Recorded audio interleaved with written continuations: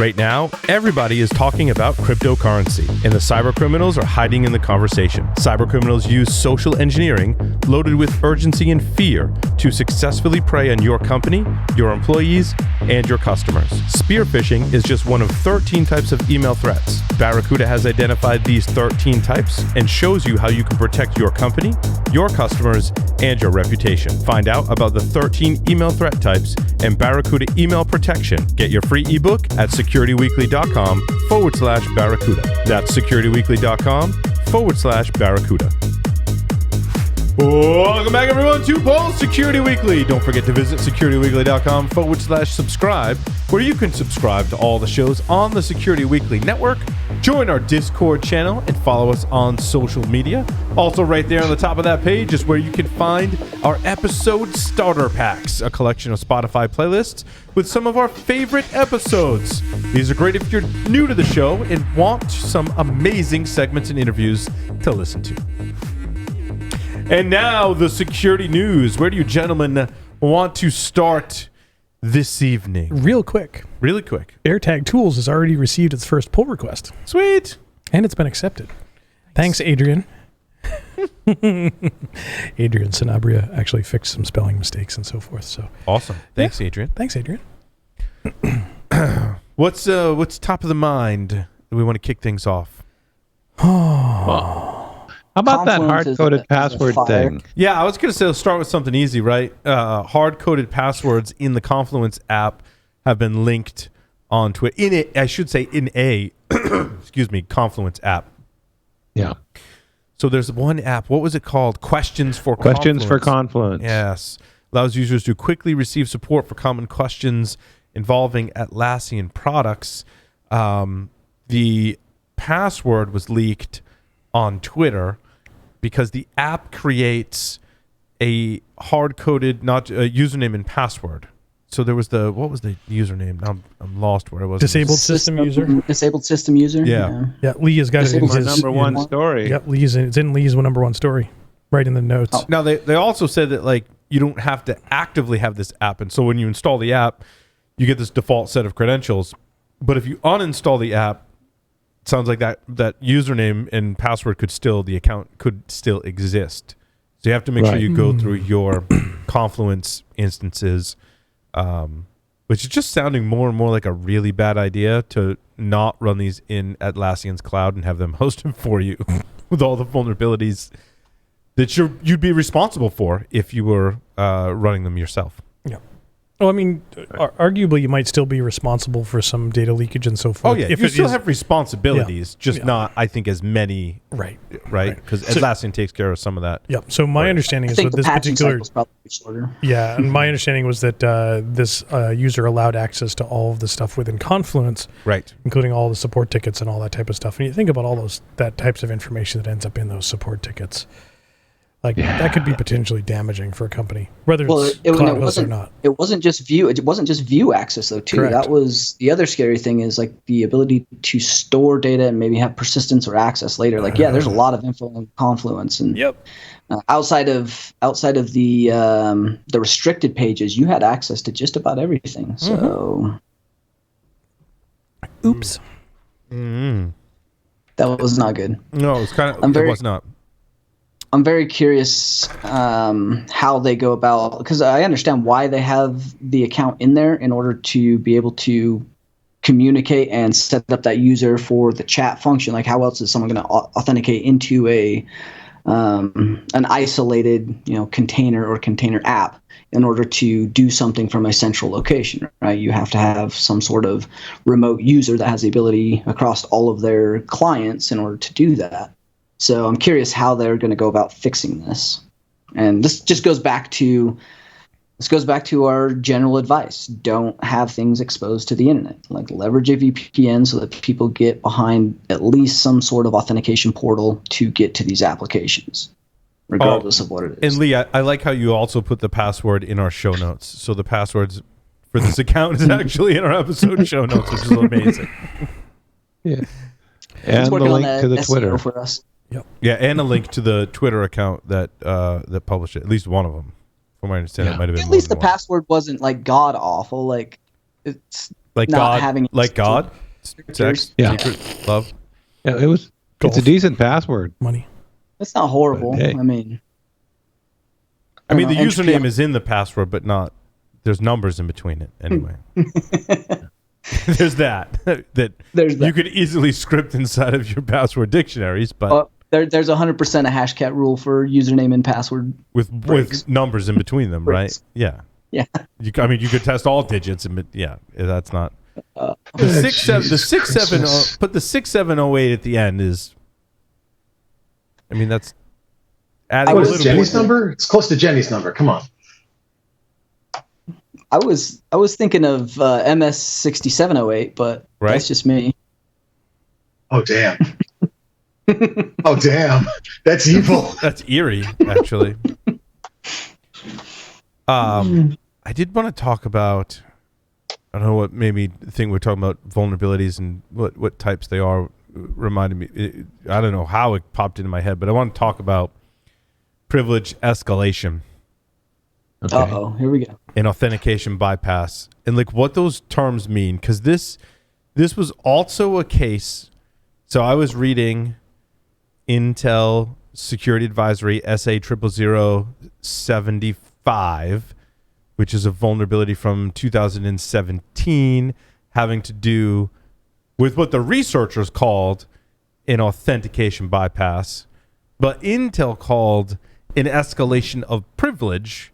Because if you think about it, if you don't have any privileges, but a vulnerability then lets you gain privileges, that is an escalation of privilege. Yep. But that's not how we think of escalation of privilege.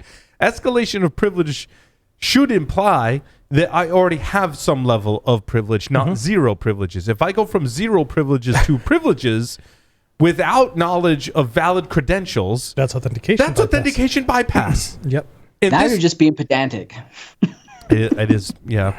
That's Josh's No, it job. is That's about- Josh's job. But this also had some of that in. So ironically enough, I'm reading the news for this week because I had sent that to Tyler. I'm like, dude, check this out. Am I crazy or not? Like this is authentication bypass, not escalation of privilege. But in this story, and it's my story number 9.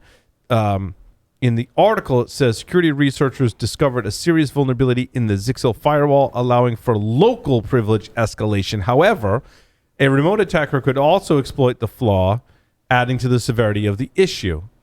And it turns out that's from another exploit for yet a different vulnerability that gains them local privileges.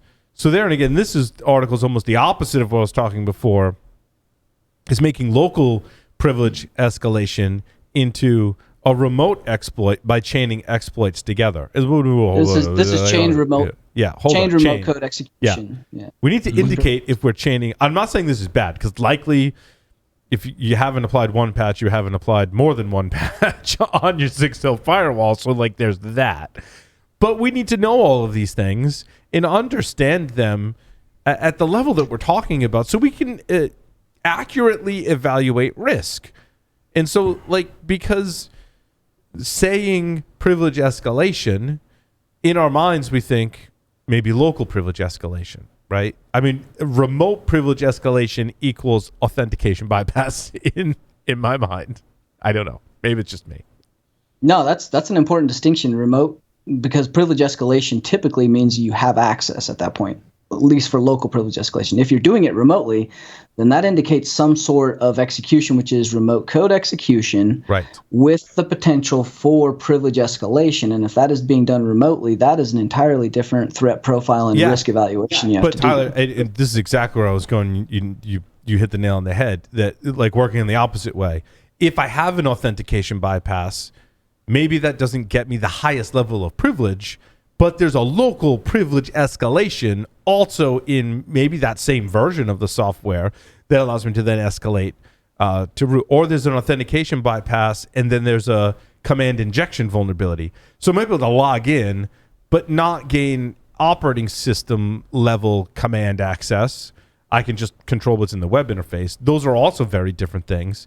In all things we need to be aware of to properly validate the risk or invalidate the risk, whatever the case may be. Josh, you're smiling. I was checking out something else. Sorry. All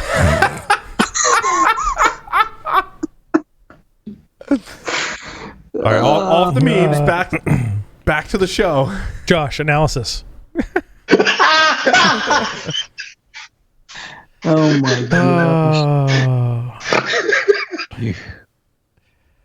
It's dangerous around this broadcast tonight. I just executed a privilege escalation against Josh. Yep. Yeah. Totally bypassed all boundaries and never mind. Anyway, okay, keep going. I'm sorry. You said really something, sir? What's that? You do have to think about the privilege, like when you talk about authenticated versus unauthenticated. If you're taking the stance of unauthenticated, is that a privilege within inside of an application? Because there are roles in which you're a guest, you're unauthenticated, and a privilege escalation can lead to a different role. Therefore, that is a local privilege or a privilege escalation in and of itself. But the unauthenticated or authentication bypass, I think, to me, if we're going to get pedantic and look at the nuances of this, really implies that there is an authentication method in place for protection, security, or integrity. Right. And so if that is the case and you're able to get around that because of a privilege escalation, then that is authentication bypass. If there's nothing in place there, then that privilege escalation, that could be considered privilege escalation just because of the vulnerability that allows you to go to something otherwise from a guest or unauthenticated standpoint. I think first we need to establish if authentication is required to access the software or service, right? Is the first thing. The second thing is what levels of privilege are there? So like you said, like guest access. So if it's a local privilege escalation, but you need to have which means you need to have some type of access to the application, but the application allows guest access without necessarily a password, or there's a self-service way for you to create a guest password and a guest account, and that account then through a vulnerability in the software can be used to exploit a privilege escalation vulnerability within the application. That needs to be spelled out. And also, I think if there are other vulnerabilities involved, communicating whether or not that's something within the application or if there's like a breakout for command injection or access to the operating system layer or some deeper layer within the application, I think is really important. Yeah, because simply escalating the privileges and being able to view something different is one thing. Being able to have different permissions inside the application, where you have something like code execution, where you're bringing in a different vulnerability for code executions, either via the escalation of privileges or by the changing of roles, which gives you different permission, or a vulnerability for remote code execution or local code execution. Those are all different risk profiles that need to be addressed in different ways. So again, you're right. The more you can spell out, especially when we're talking about technical vulnerabilities, the clearer you can be about what the issue is, the easier it is for protections, mitigating, and compensating controls to be put into place, and people to evaluate their risk profile and mature, whatever they need to do in order to ensure they're not going to be exploited. This stuff's important. Back to the Intel SA00075 from 2017. That was an authentication bypass in Intel's active management technology. That over the web port, you could that gets created by this process. I'll spare you the gory details, but there's a port, one for HTTP, one for HTTPS.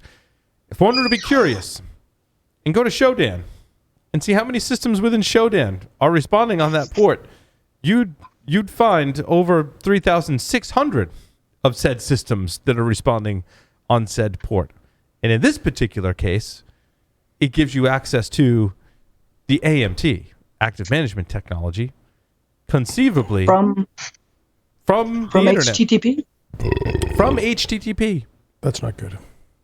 So if there's an authentication bypass in there, the attacker essentially owns your system. I mean, like, you've basically given the attacker control of your system, right? Because from what I understand, like, usability-wise in AMT, it exists so I can remotely rebuild the operating system, for example. Yep. Yeah. So there's that. That's bad. But please don't do that unless you have permission. That's what I'm saying. Or unless it's Russia. Either or. Or, I mean, you can tell from show data which countries there are, and I'm just saying, I'm not going to tell. There's not as many over there as you need. Not that our friends looked.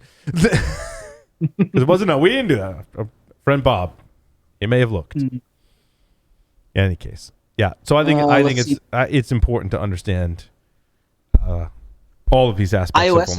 iOS had a pretty rough week too. Like if you have not updated your iOS device, please, for the love of God, update your iOS device, and maybe do that before you go to Black Hat or DEF CON or both.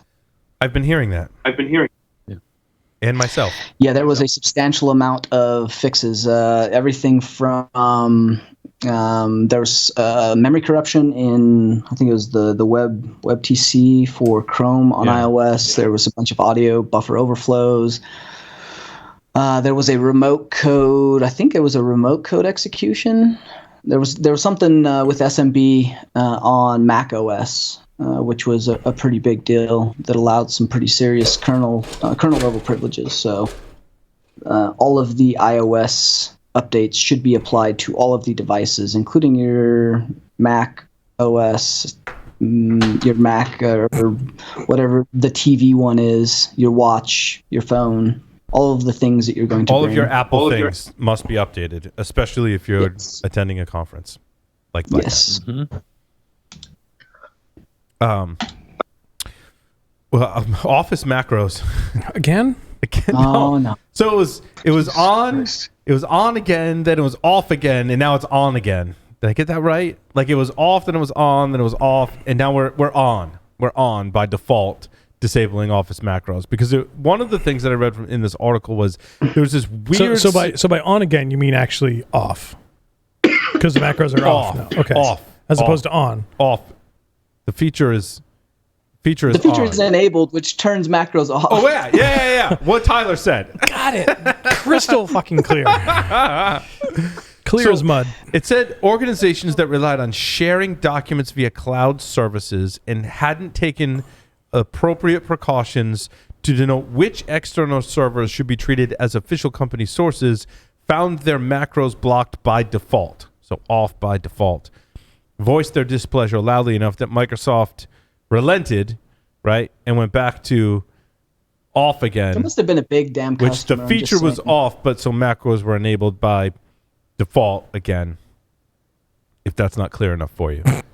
But that's why it was off again, and they seem to have, I don't know, done something for those customers, most likely, and now it's on again, which means macros are off again by default. Which is so stupid. Like, again, like you can modify this if you're any large enterprise that's big enough to complain to Microsoft to get this turned back on.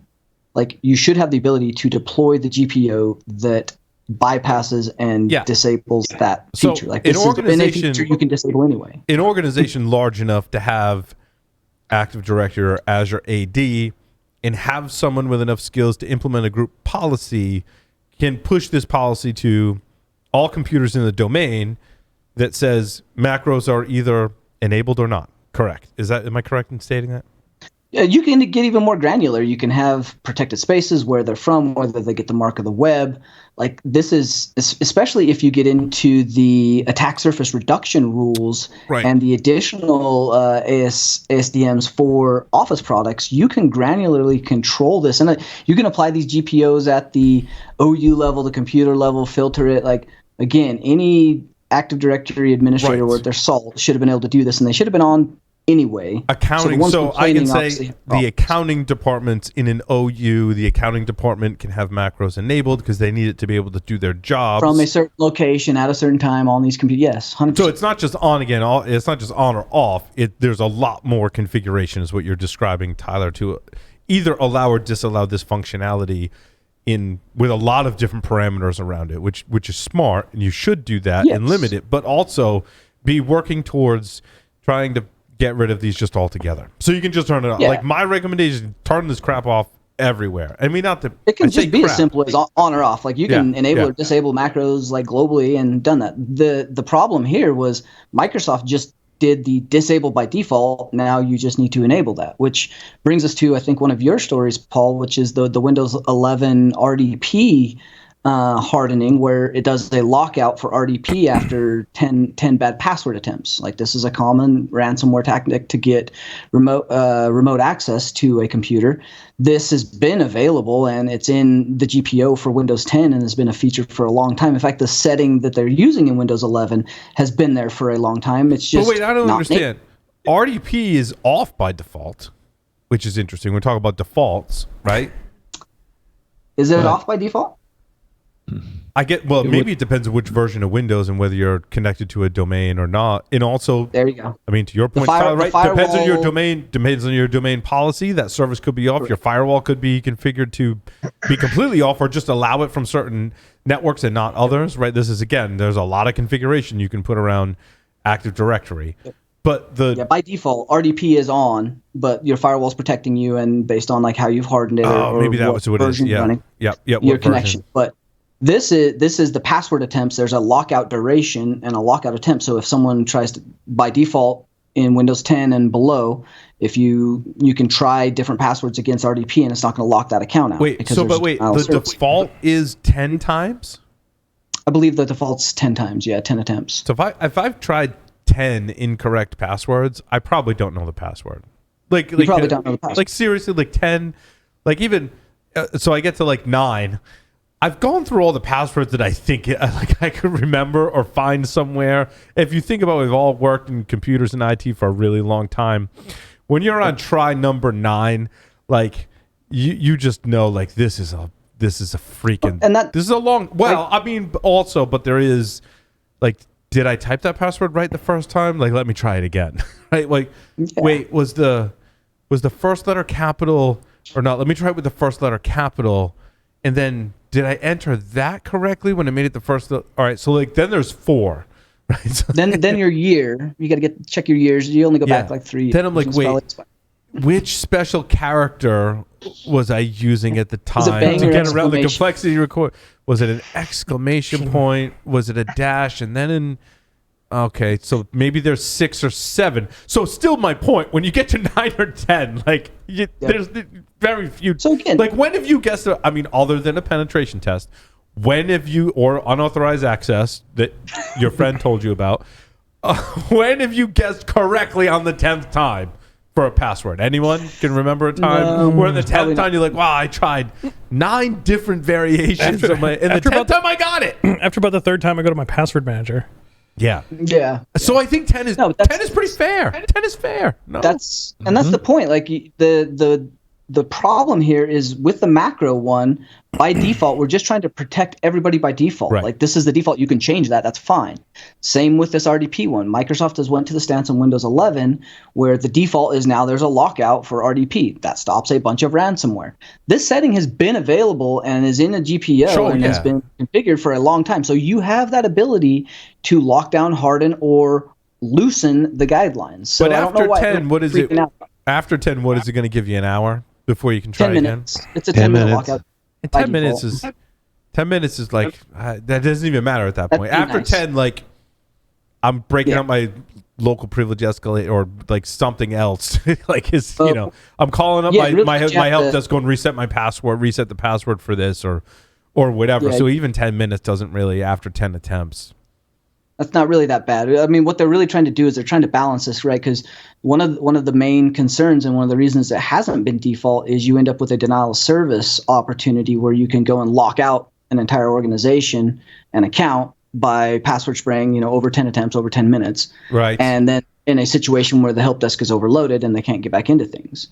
So that's been my concern with account lockout for a long time, and I know many of us, is you can cause that pretty massive denial of service if you were to simultaneously lock out accounts and they're all locked out for 10 minutes and then 10 minutes and 30 seconds later you lock it out again. And that's why they're trying to do this whole balancing, right? Like, they're trying to get the general consumer, the general Windows 10 configuration, the defaults, to a more secure state. Like, don't allow macros unless you need them. Have a lockout state. Okay, if you get 10, like the general user, you're not going to get ransomware spreading, trying more than 10 passwords. That stops a ton of things. So Microsoft's always had this issue of trying to be so balanced that it is always in the consumer's favor, or always in the end user's favor, so that they feel good and can always operate without an issue. That makes sense, and I see where that's at, but they've now trying to get to the stance where they don't want everybody ransomed, and we've got a real pandemic, and they're spending a lot of money in order to combat all of these security issues. So let's start from a more default secure stance and then configure the legacy stuff as needed, which is a better place to be. Absolutely. I want to transition to, let's talk about, Josh, while we're talking about the next story, read my story number 2, take a break from memes, and then my story number 3. In the meantime, I want to talk about, let's talk about UEFI Rootkits. Why not? Yeah. We got a couple of those, don't we? Uh-huh. We have several, yeah.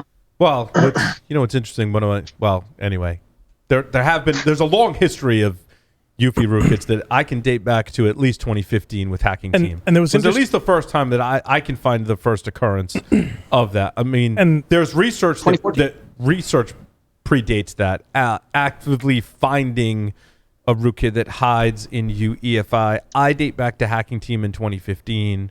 I believe it was 2015. And then, all their articles kind of dated back later than that, but Hacking Team for me was one of the first ones. So this latest one... The irony is I almost added the story and went, oh no, we covered this one like 3 weeks ago. No, it's different. Yeah. No, it's different. Damn it. No, it's different. Yeah, it is funny that this is now becoming a mainstream topic, which is important, right? Like, Paul, you and I have talked about this. Like, the first step to actually getting some results around this, because this is probably the most critical security thing that I think executives are going to have to deal with in the next year or two, is ensuring that your hardware and your baseline is secure. Otherwise, all your security products don't matter.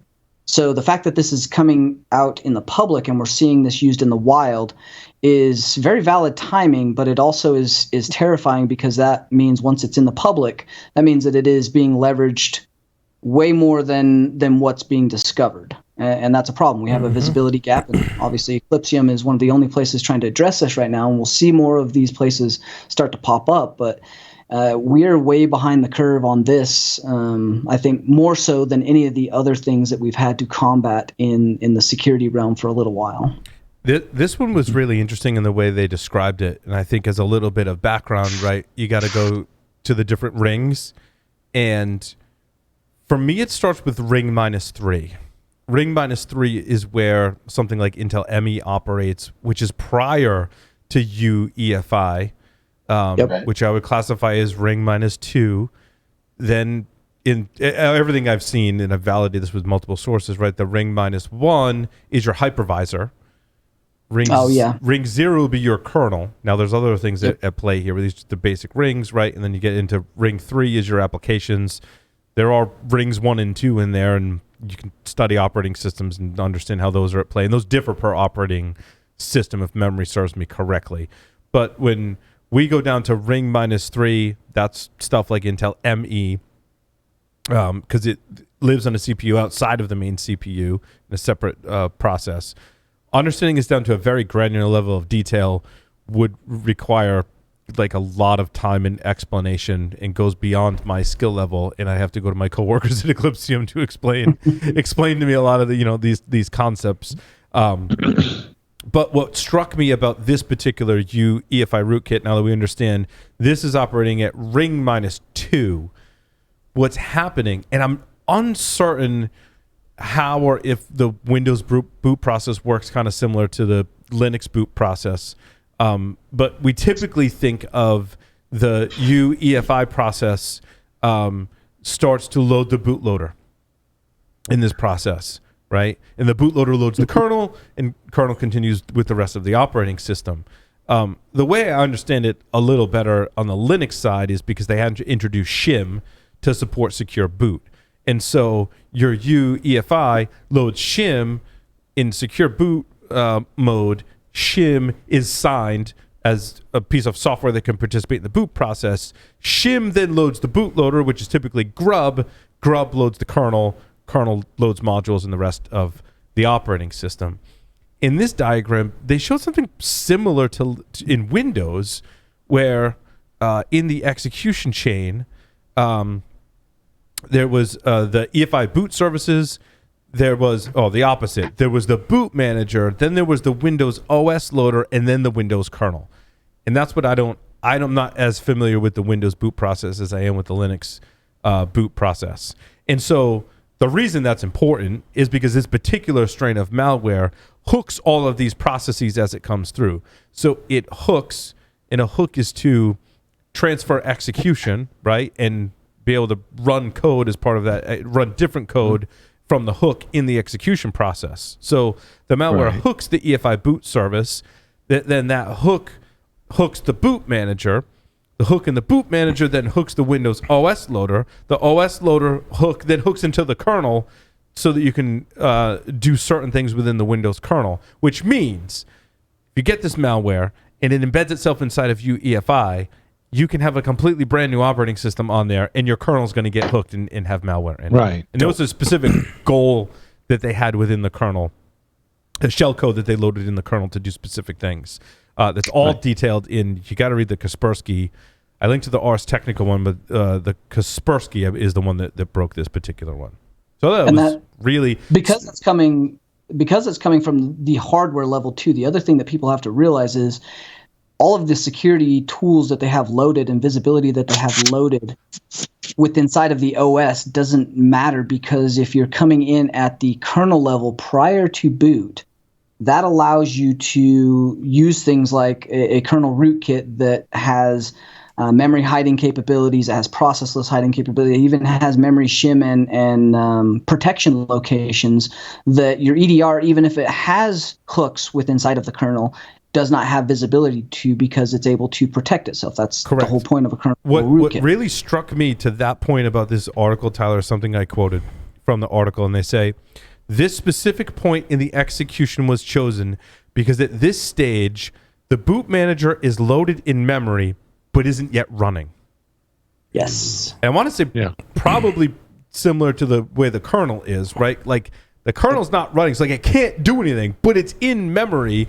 And since I've hooked the UEFI process, I can inject stuff in there when it's loaded but not running. I was like, oh, that's pretty cool. Yep. The initialization pieces that happen, like just because the memory has to be there in order to do an init, in order to load the code for certain buses. Where you're calling UEFI, because that runs on an SPI bus, which is entirely separate, and that has to interact with the hardware that then pushes stuff to the memory, that then loads code, that does initialization pieces. So all of that interaction has the ability to live in memory and also hide itself very early in the process to do other interesting things. There's pre-boot kits out there that can shim memory in order to bypass authentication for the OS. Completely in memory without affecting or adding a user account, leaving traces on the hard drive, all of those things. And I'm starting to learn about that. I'm starting to learn, Tyler, along those lines about that time window.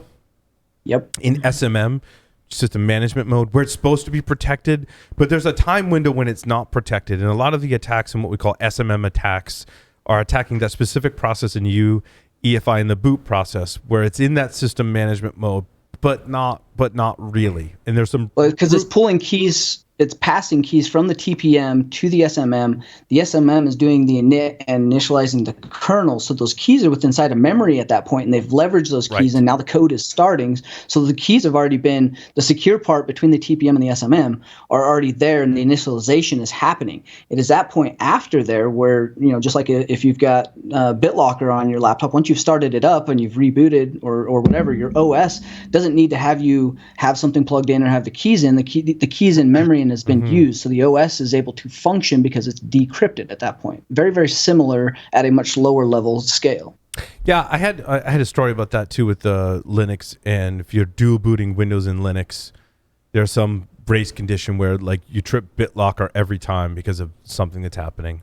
And I think I put that story in there. But in any case, back to UEFI rootkits. This one was called CosmicStrand. The first occurrence of this happened in 2012. I think they traced it back to 2012, but it wasn't truly discovered until recently. 2016? Yeah. Yeah.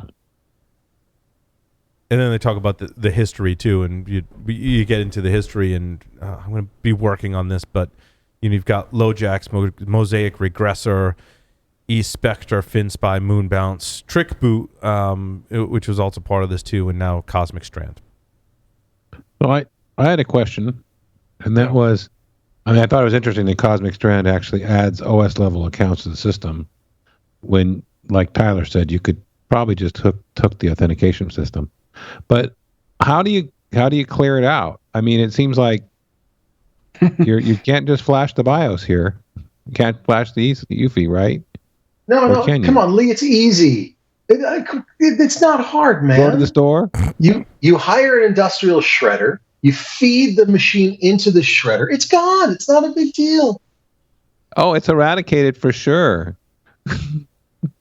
Sort of a one-way deal there. Lee, that's a really good question, and I was actually joking this week. I'm like, you just ship every one of your users a spy programmer, and you give them the capability to read and write to the flash chip. I mean, that's how you'd have to remove this, right? Because if the operating system is hooked in the way you're flashing your BIOS is through, or your UEFI is through the operating system, they're going to hook those functions so it doesn't overwrite itself. So you've got to have some out-of-band way to update basically the regions on the spy flash that hold the malicious code inside of UEFI. I would love to know if they are sophisticated enough to be protecting themselves against flashes like that. Like, I've not seen anything that says that they do that. Like, if you're going to go to this level to have this level of implant kit at UEFI, like, I would hope that would be something you considered, and you have the capability to do it. So why are you not? I would love to see that code, because that could be used for the good side as well as the dark side. If you can, can prevent updates like that in the kernel level, you can also prevent that stuff from getting there in the first place if you control that process, right? I go back to some of the early trainings I did with Ed Scotus. He's like, well, a great way to prevent against rootkits is to already have a rootkit installed. Just looking for new rootkits being installed. Yep. I'm like, well, this is the same kind of concept. I want to prevent a UEFI rootkit, so like I want to be there already to prevent that from happening. But it's not as simple as I describe it. But that's hence why Eclipsium has a great product that helps you with this. Yes. Yes. So having Larry wave solder some new components on the board isn't really an option, is it? Well, that would always bypass that, right? And but you'd also have to get the same chip with the same code that was compatible. I know, correct. All of those are signed. So now we're like, I think at some point, like I imagine someone was thinking about interchangeable SPIs for rotational periods to ensure validation. Like, sure, that was a thought, and then we start to think about what that actually means. That's probably not a great idea. So because like with Intel ME, you can't write new functionality, but you can remove functionality and then flash back the original. But you need the original first. So you have to read everything off the chip. You can remove components from it because they're individually signed, and then you can write back something smaller with less functionality, but that's only because you had the original flash ROM that you pulled off. And again, I don't recommend, I have a blog post on this coming out in the next couple of weeks. I'll follow on to the one that I posted this week, is part 2, where I talk about Intel ME. And that was one of my realizations of that, is how that process, and this is specific to ME, which has a different region on your SPI flash. Which also means that the dependencies, if there are dependencies, or security implementation set up for the board or for the organization as the boot process is happening, if you start to remove that functionality and it's not there and it's a dependency, then it actually fails and you end up with a crashing system. Or a system that after 30 minutes turns off because you haven't put functionality in there for anti-theft, which was a part of Intel ME. Since took that, LoJax? They since took that out, but that's what was happening when some of the original researchers were doing this testing with removing or disabling rather Intel ME. Was after 30 minutes their computers were shutting off because they didn't put in the modules to enable those checks. It basically thought the machine was stolen and was turning off. which is pretty interesting. So all this stuff is interesting. definitely check out the article and read through it. And contact myself and or Tyler, if you have questions. And certainly, I have people I can ask questions.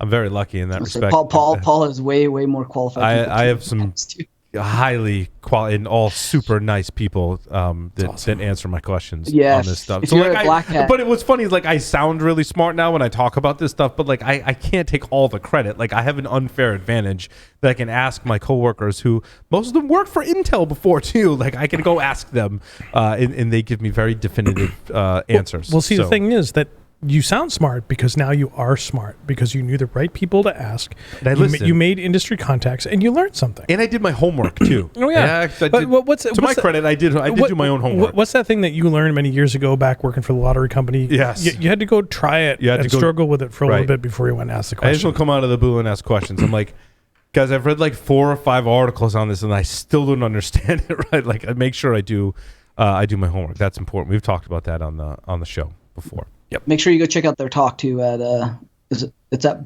DEF CON.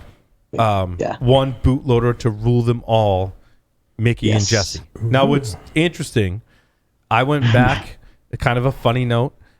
Mickey and Jesse both work for Eclipsium on the research team.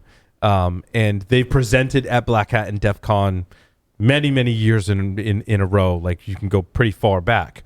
And I wanted to be able to like say their full names on this broadcast I was doing, and I was like, I went back to, I mean, I could have asked Mickey, but I went back because I didn't want to bug Mickey, and I went back, and I'm like, well, I'll just watch some of their talks and see how they introduce themselves to understand, how to pronounce Mickey's last name. 6 talks. I went through 6 different talks from 6 different conferences, and every single time they introduced themselves, hi, this is Mickey, and that's Jesse. Every single time. One time, Alex introduces them. Alex is one of the co-founders of Eclipsium. Alex introduces them. Alex goes, I'm Alex. This is Mickey, and that's Jesse. I'm like, son of a bitch. I'm like, you know what? They're Mickey and Jesse. That's what it is. End of story. I want to put together a little montage of every time they've introduced themselves at a conference. It's always Mickey and Jesse. Okay, there we have it. So Mickey and Jesse will be presenting at DEF CON. You should totally check out their talk. What about Alex, though? Because you said Alex, Mickey, and Jesse. Yes. Okay. Well. Sorry, Alex has co-presented with Mickey and Jesse in the past. I'm just drawing out a bad joke to even longer. Alex, Mickey, and Jesse show. Yes. Who's on third? I want to talk about the software supply chain. Ooh. I want to transition to that with respects to VMware, ESXi, its TCP/IP stack, and FreeBSD. This won't go anywhere horribly wrong, will it? It goes to horrible places, Larry. Oh, gosh. So, someone did this analysis. Who is it? A ZDI, Zero Day Initiative, did this analysis looking at the patch gap vulnerabilities in the VMware ESXi TCP/IP stack. Now, it's saying in the article, the most interesting outcome of this analysis is that ESXi's TCP/IP stack is based on FreeBSD 8.2 and does not include security patches for vulnerabilities disclosed over the years since that release of FreeBSD. Oh, good Lord. This result has also prompted us to analyze the nature of vulnerabilities disclosed in other open source components used by VMware, such as OpenSLP and ISC DHCP. Once again, we observed that the most of the disclosed vulnerabilities had upstream patches before disclosure. Meaning, VMware used FreeBSD 8.2. Patches came out for 8.2, but they didn't backport their patches, those patches, into their own products, because FreeBSD is licensed under the BSD license, which means VMware can use that for commercial purposes, even though it's open source code. Now, also, this post is absolutely amazing, and when you go on to read the rest of it, you totally should. They identify which version of FreeBSD was used, which version of the TCP/IP stack, which vulnerabilities correlate, and identify the missing patches in the gap. I mean, the article is absolutely amazing, but what I wanted to harp on specifically is the supply chain aspect of this, is that you've got a product from a vendor that's using an open source product that hasn't gone and fixed what is in that product. because it's a whole suite of software. It's not just one piece of software. It's not like they just have one library, right? I mean, look at the friggin' TCP/IP stack that hasn't been patched. It is and it is not a supply chain attack. Oh no, it is a supply chain attack because VMware supplies this software to a host of other companies, a huge glut of other companies. Right, but FreeBSD is in the supply chain because they're using their software, Josh. But bear with me. But the common concept of a supply chain attack is one where another company controls the software in your infrastructure or near your infrastructure, like SolarWinds Orion. So, while this is a supply chain attack, it's not a supply chain attack where they could inject a new update in the VMware thing and all of a sudden control everybody that uses VMware. You can use this to attack individual VMware installations, or maybe, depending on the vulnerabilities, to send out something that'll attack lots of them, spread a net, if you will. But is that how we define supply chain? Is that in my supply chain there's a third party that controls components and I do not have control of those components? Is that an inherent aspect of supply chain? This is the same kind of thing as when I say, can you define pen test? Or can you define, good Lord, good enough, or change zero trust. Define zero trust, please. Okay. And have everybody agree on that definition, just to be clear. Good point. I'm sorry, Josh. I can't trust you to do that. I mean, this is a great point, and I'm kind of with Paul on this, in that you have a product, and part of that product is supplied by a third party. Yeah, FreeBSD being the third party. FreeBSD, agreed. Open source or otherwise, being that third party. Like, if I'm thinking about writing, a document that says, hey, we've got these SBOM, software bill of materials. Mm-hmm. I would argue that has to be in the software bill of materials that we use components. And to me, that kind of indicates supply chain. It's not, but it's not a supply chain. But it's not a failure. However, but it's not a failure. I guess what Josh is saying, right? It's not a failure on FreeBSD's part. They produced the patches for their software. The failure is still on VMware for not adopting those fixes. To me, that falls under the umbrella of supply chain security. I agree entirely. Okay, I'm just pointing out that people have different definitions. Yeah, and we want to make sure that we're addressing the fact that there are different definitions out there. No, but I love this show that this is a proper supply chain attack. Because like we did with authentication bypass privilege escalation, right? We're getting down in the details of what encompasses your supply chain security, right? It could be, Josh, to your point, there's a third party that VMware is using. Let's say they're using another third party that has commercial code that maybe hasn't produced those fixes or has been compromised, and we're incorporating their code into our code. In this case, it's an open source project, and it's in our supply chain. They've produced the fixes. We just haven't pulled it into our product, right? Again, this all falls under the umbrella of a supply chain security problem. Right. Different types of problems. Now let's get to the actual meat of the matter, which is that how bad is this? No, this was pretty bad. Well, are you meaning the entire problem set, or are you meaning the specific example in this article? I took that as this particular instance. This particular instance, the FreeBSD / security patches that are missing in VMware stuff. How bad are these vulnerabilities? Like, I didn't look at the article. I apologize. Are these vulnerabilities so bad that they will enable somebody to attack a VMware installation, take control of it, add rootkits, that kind of thing, whatever? I mean, there was denial of service. There was some overflow pieces. There was a use after free. Yeah. I believe because the stack, there was issues in the stack. There was CVEs all the way back to like 2013 that were applicable because of not backporting. There was quite a number of CVEs of varying CVSS scores that they discovered. Now, what's also interesting is in order to kind of debug and dig into some of these vulnerabilities, I gathered from this article that since FreeBSD is open source, they could go debug some of these vulnerabilities using the open source components, and those were totally applicable to VMware's product because that's the version of the open source software they were using. So they didn't have to go deconstruct what VMware had. They could use the open source equivalents and did some diffing to kind of validate that this is the same software. Kind of sounds like something that our friends over at Qualys may end up looking at and dropping stuff on. But. Yeah. So I'm thinking about this operationally. You know, you get the guy in the data center who finally got permission to update the ESXi, 7.3F, whatever the hell the latest one is, because it has a set of CVEs it revolves. Is he supposed to analyze that update and go back to the SBOM to see what's missing and figure out where there's gaps, or does he deal with the CVEs in front of him that update provides? And oh, by the way, he just finally got the downtime to do this. Yeah, so you may not know. So they say in the article, in the ESXi FreeBSD network stack, even the vulnerabilities with known CVE identifiers remained unfixed. The forked code was never tracked for vulnerabilities.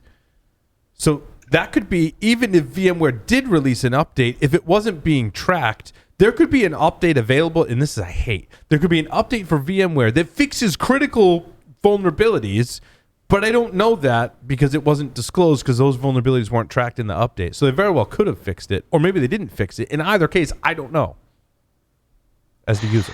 I imagine that their GitHub commits right now are just a mess. I imagine their devs hate every bit of life. The other problem is that the VMSAs, the VMware security updates, have to be done through VMware, and those come through different channels and are very extensively tested and take forever to get out sometimes. So those aren't as fun. Didn't VMware kill most of their VMware workstation engineers a year ago or so? Did they hire back? I think they outsourced it overseas, right? Yeah, they did. They did kill a bunch of engineers. I don't remember which division they were with, but it was I think Workstation. It is Workstation. And I don't. Did they affect Fusion as part of that as well? Yes. The Fusion and the Workstation probably all desktop products. They wiped out the engineering staff in the U.S., sent it all to India, and the ones they sent it to were not coders. As far as I know, they were support. So they're there to support, but Workstation is slowly going to decline. And I wonder if this is related to anything like that. Oh, God, if that means all of us have to use VirtualBox, just shoot me now. Oh, God. Because, Tyler actually was like, dude, friends, don't let friends use VirtualBox. Because Oracle doesn't want anybody to use VirtualBox. And that's their product, right? I've been saying that for years. So VirtualBox is so bad that Oracle doesn't even want to support it. Yeah. Yeah, I ran into some issues with VirtualBox recently, and I was like, dude, no, don't. Left. Yeah, it's like, dude, don't. I was going somewhere else with this too. Oh, backporting. The other danger in this scenario is VMware borrows code from FreeBSD. VMware makes modifications to said code, customizes it for their own purposes. FreeBSD then releases patches for the FreeBSD version of the code. I then have to take that patch and apply it to my customized version. Now we're backporting. What if that fix in my customized version doesn't actually fix the vulnerability? Yep. This is another aspect of the supply chain. It's like a Log4j nightmare again, yes. right? Yeah, this is another aspect of supply chain, is that I have to make sure that me as the user, my vendor, VMware, has accurately backported these vulnerabilities and fixes and tested them, not just taken the FreeBSD patch, going, yeah, I applied it, but guess what? I made other modifications that patch doesn't work maybe in all scenarios. And there's another scenario where that vulnerability is still exploitable because I've made modifications to the surrounding code, as an example. Yep. That happens. Yep. And it's one of the dangers of open source software. Now, I'm going to really be an open source zealot in this. I mean, I guess maybe I'm kind of, I don't know. I'm not getting curmudgeon-y about it. I'm leaning more towards the openness of open source software and keeping it open and free. More and more. Even as I get older, I'm more and more in this camp of this should be free. Now, there was a post by Bruce Schneier made a post, and this came from an essay published somewhere. I'm not sure. As opposed to not published anywhere. No, yeah, it was published somewhere. It was a published essay that Schneier read that came from another site called the Lawfare blog on open source software. And in this article, they state, designing an institutional framework that would secure open source requires addressing adverse incentives, ensuring efficient resource allocation, and imposing minimum standards. And I have to say, I wholeheartedly disagree with any of those things as they're related to open source, because I believe it's what is all the, like, open source software should be available to everyone and be free. Who's to say who gets more or less resources? This should be left to the community. Minimum standards is in direct opposition to the concept of open and free software. Minimum standards. The Josh Wright version of software development with AirTag scan, like, it did exactly what I needed it to do. Do you think there's any error handling in any of my crap? No. Yes, there is. Yes. If it breaks before you get to your presentation, Larry fixes it. I love you, Josh. Because you're absolutely right. But like, that is the sole and complete error handling in any of your code. But if you put minimum standards on open source software, is it really truly open and free? No. At that point, I don't believe it is. But now the counterpoint to that argument is open source software is being used in critical infrastructure and is critical to the operation of things like companies in other countries and other critical infrastructure within those countries. Therefore, the argument is we need to put some rules and guardrails around that. I'm like, well, rules and guardrails are in a direct opposition to what open source is all about. You should be able to not necessarily. How about a minimum standard for something that goes into production, or a minimum standard for something that's going to go into critical infrastructure, or a minimum standard that production and critical infrastructure production, or a minimum standard for something that's a life and safety issue, or operating life and safety equipment in production. Yeah. No minimum standard for development, but a minimum standard to put it in production. I guess I'm okay with having a certification for open source software. And if you want to code to that certification or standard, you can. I don't think you should be forced to, right? Because then that defeats the purpose of being open. Right. But to your point, Josh, maybe there should be if we do write open source software that people are going to use and we want to see it fully adopted, or we've identified these projects that should fall in this category, we should make them uphold this minimum standard for security and reliability and maybe support. And maybe that's a certification or special license for open source software, but it should be kind of optional. And me thinking about this too is that if you're going to leverage open source components in your commercial software, which you should pay to have it brought up to that certification. Or you should be doing it to bring it up to that level of certification. You should be working, right. And because and depending on the license, because you're modifying said open source project, you should share that back with the community. Absolutely. Depending on the licensing, of course. I understand that there's all different versions and all that type of stuff. But I think if that were the way we were going to approach that with the minimum standard, I think that'd be very effective. It's a slippery slope, though, because, you put who says what software gets this? And also where I'm going with that is, I think it was PyPy came out. It was pushing for multi-factor authentication. I was listening to a podcast. I forget which Linux podcast I was listening to, and I apologize to whoever did it. The one I listened to, I really like.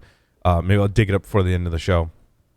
And they were talking about how 1%, the top 1% of most adopted PyPy open source packages are now being mandated to enable multi-factor or two-factor authentication. And you think about that, and you're like, oh, well, it's just 1%. Like, how many could that be? But if there's, I don't know what they said, hundreds of thousands of PyPy, 1% could be, 1,000 let's projects. just say 1,000 projects. Yep. But now, every single one of the developers on those 1,000 projects has to enable multi-factor authentication. Every one of those top 1% in those 1,000 of PyPy packages has probably a certain percentage of those have more than one developer. Yeah. Right? So now let's say, 40% have one developer, but 60% have more than one developer. So you're talking about on average, I don't know, maybe there's 3,000 people in the world, which is not a small number, that now are forced to use multi-factor authentication. So this is where we get into open, but there's responsibilities now to being open and free. And is it open and free if you have some of those responsibilities? I think some of the real benefit in spirit in why some of this software like is really useful for society is because there's no guardrails, regulations, requirements, minimum standards for any of this. You bring that back to what was it? And I could be the free beer analogy. No, I could be bringing this back to the wrong, mixing signals and so forth. But you bring that back to what Log4j, and Log4j was written by two volunteers who got paid or two guys that get paid like $500, or they get paid absolutely minimum. And one of them left the project, so there's one guy left to maintain. And it's what's that person's responsibility for the greater good? I want to add these new features because I want to add these new features. Maybe that person wouldn't add those new features if there were minimum standards they had to write to, and all this error checking and security checks they had to go through to get it, and multi-factor authentication. How many of those people are going to be like, now what's the next step? I got to sign all my updates? All of this is a huge pain in the ass, security versus convenience. So maybe I won't maintain it at all. Now, not maintaining it at all could have more adverse effects than maintaining it without the second factor authentication, in my opinion.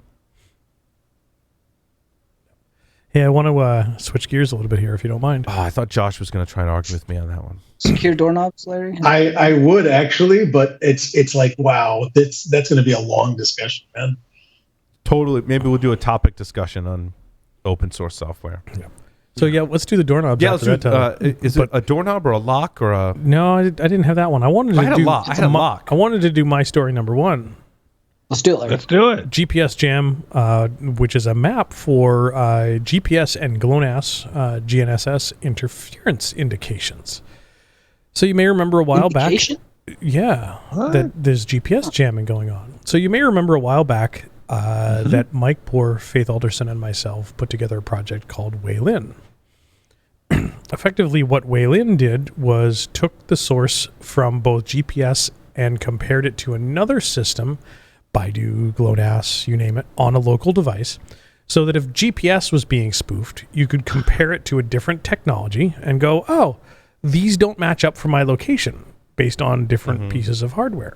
So you derive your location from different sources. You derive your location from multiple sources, and for corroboration, local to your device. And if something doesn't match, you could tell that one or more of those technologies was being spoofed and or jammed or something of the like.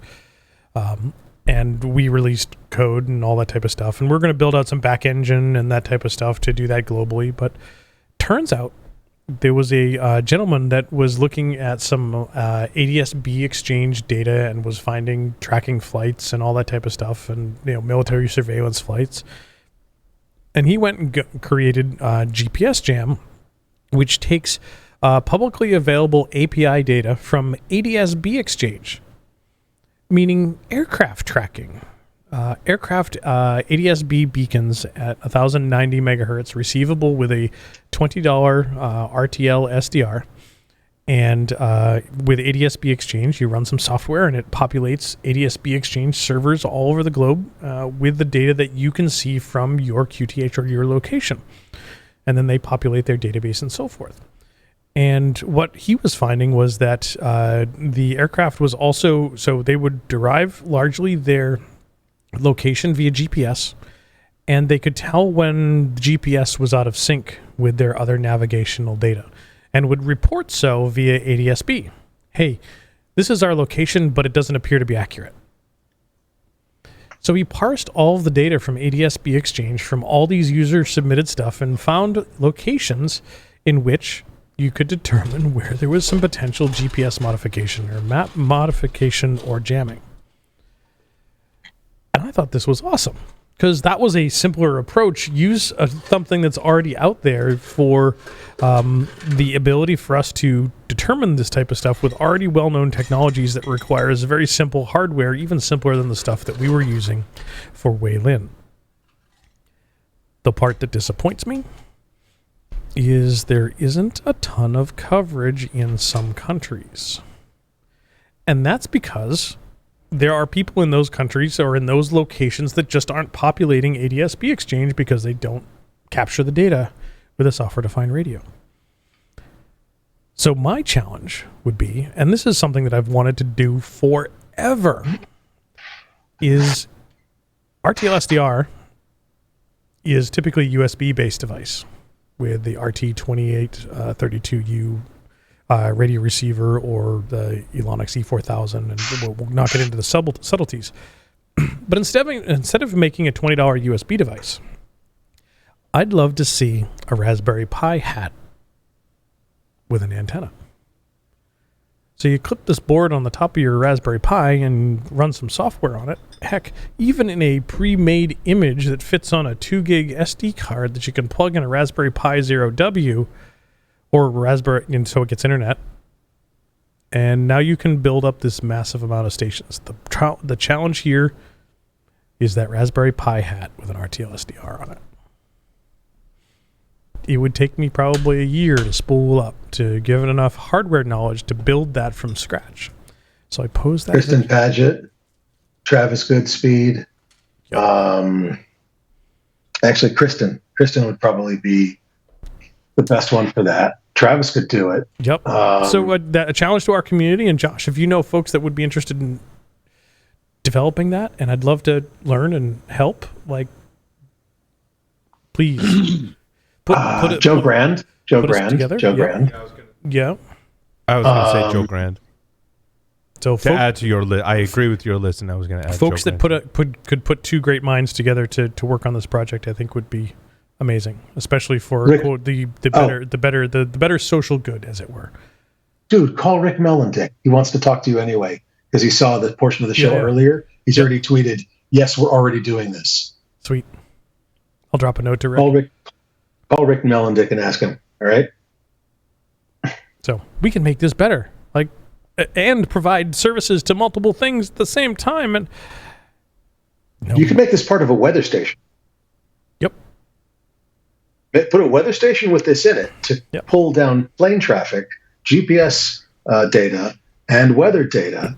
And wow, hell, you'd be doing a public good. Yep. Well, I mean, yeah, absolutely. I think starting it small, because, Josh, I look at the greater portion of this map, and I would want something that is very inexpensive that we could potentially crowdfund to send to many places. And I'm thinking, and I'm looking at this map, and much of it is what they would refer to as third world country. Can we get enough mapping in third world country, like and some of these are not really, but the backwoods might be considered, like Bolivia, Paraguay, Argentina, and almost the entire continent of Africa is absent of any ADSB data. Johnny Long can get that done, or maybe Chris Kubeka. Maybe. We'll talk. Yeah. I wanted to riff on the hardware hacking aspect and talk about my story number 11 as well. I don't know if you guys had specific did you mention doorknobs? Tyler did. The Nuki? Yeah, the Nuki. Yeah, I don't know if it's a door knob, but it's a door lock. Do they make actual... Yeah, knob lock, whatever. Yeah, it's like the Schluter smart locks, whatever. Yeah, so the NCC group did a fantastic job evaluating. Like, Larry, holy you and crap! Like, looked so at a many couple doorknobs very similar to this, and had similar findings. So many vulnerabilities. No TLS certificates. No TLS. Stack buffer overflow parsing JSON responses. Sensitive information. BLE. Sensitive information sent over an unencrypted channel. Exposed test points. You don't want to see on a security device.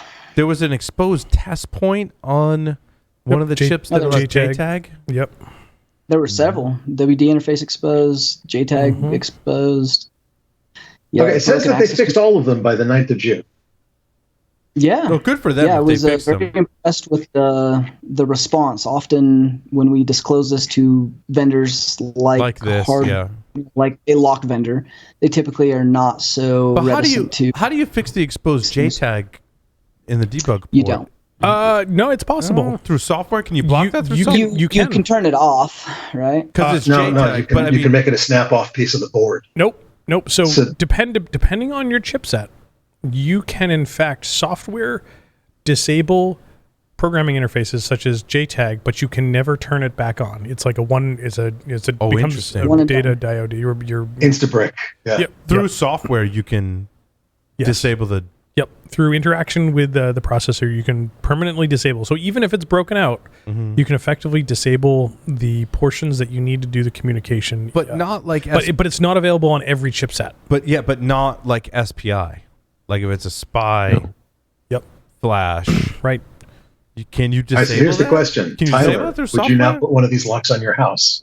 Well, we're going in an opposite kind of nerdy direction. I was in a nerdy direction, but Josh, you took me to a place where I also wanted to go. Would be like, what's your expectation of security and or privacy when you're using these locks? I think it affords. So my take is it affords you a certain luxury of convenience. I don't think I'm looking for the world's most secure lock. I'm looking for something that locks and is easy for me to unlock and lock in my application, but not necessarily like I'm not preventing or increasing my security level high enough that I want to proactively prevent someone from bypassing the lock, getting whatever is behind the lock that is of value, right? In this case, I mean, it could be personal safety as well. Like that aside, if I'm locking something like my office, let's say, or a garage or whatever, like I'm protecting what's behind the lock. I want to make sure that just no one can walk up and open the door. Now, I'm also cognizant of if someone wants to destroy the lock or cause physical damage, that's going to leave evidence behind that someone has accessed the space. Yep. And cause alarm. So then like the kind of the third stage. So like it could be basically open with no protection. It could be protected enough that someone's going to have to physically bypass it. Like the third level of attacker is protecting against the people like us. The sophisticated attacker. A more sophisticated attacker, to Larry's point, right? Good terminology. That I can bypass this security device without someone knowing, I think is the real critical point, to be able to gain access to what's inside. Maybe I'm not stealing something.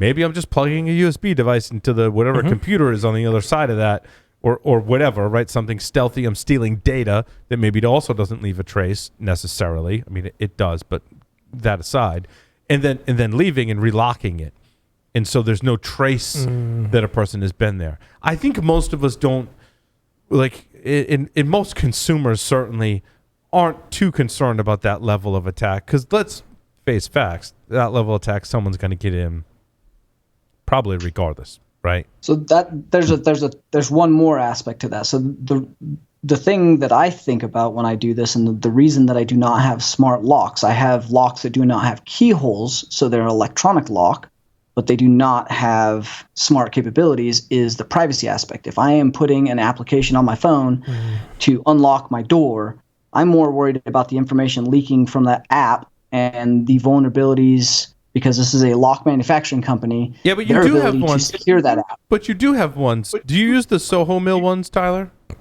I do. But those have a key. Those have no smart. No key. Smart. Mine. Oh, there's no key. I use the same ones. There's no key. Mine has a key that goes underneath. It's a. I got the one. Do they make a model of Soho Mill? So if you search Soho Mill on Amazon, I posted it in Discord. Thank you, Tyler. I bought this because I saw you post these before. But the model that I have, to your point, and I think this is a good balance to strike and a good context for this conversation, is that these do not have any smart functionality. There's no Wi-Fi. There's no Bluetooth. There's no wireless communications. There's no app. This is an electronic lock. Has a battery. There's a keypad on the knob. Mine has a key that goes underneath, which, again, the angle at which the key goes in from underneath would make it super hard to pick just in the angle. Not a fun lock to pick. Not a fun lock to pick. Not impossible. I'm not saying it's impossible, right? But again, I'm increasing my resilience by if I do have that key. But you're saying they also make ones without a key? Here, Yeah, the I have one in my hand. YL99s. Okay. Yeah, the YL99s are the ones that I've had for years. No and key. they are the keyless ones. Keyless yes. ones. Is that one, Josh? This is a YL99. This is the one I haven't installed yet. Clearly. It has a keypad, and that's it. There's no. That is for an emergency battery pack. if your batteries die while you're gone, you can pull that plug, and it's a little barrel jack for a battery pack. That's it. There's no key. Yep.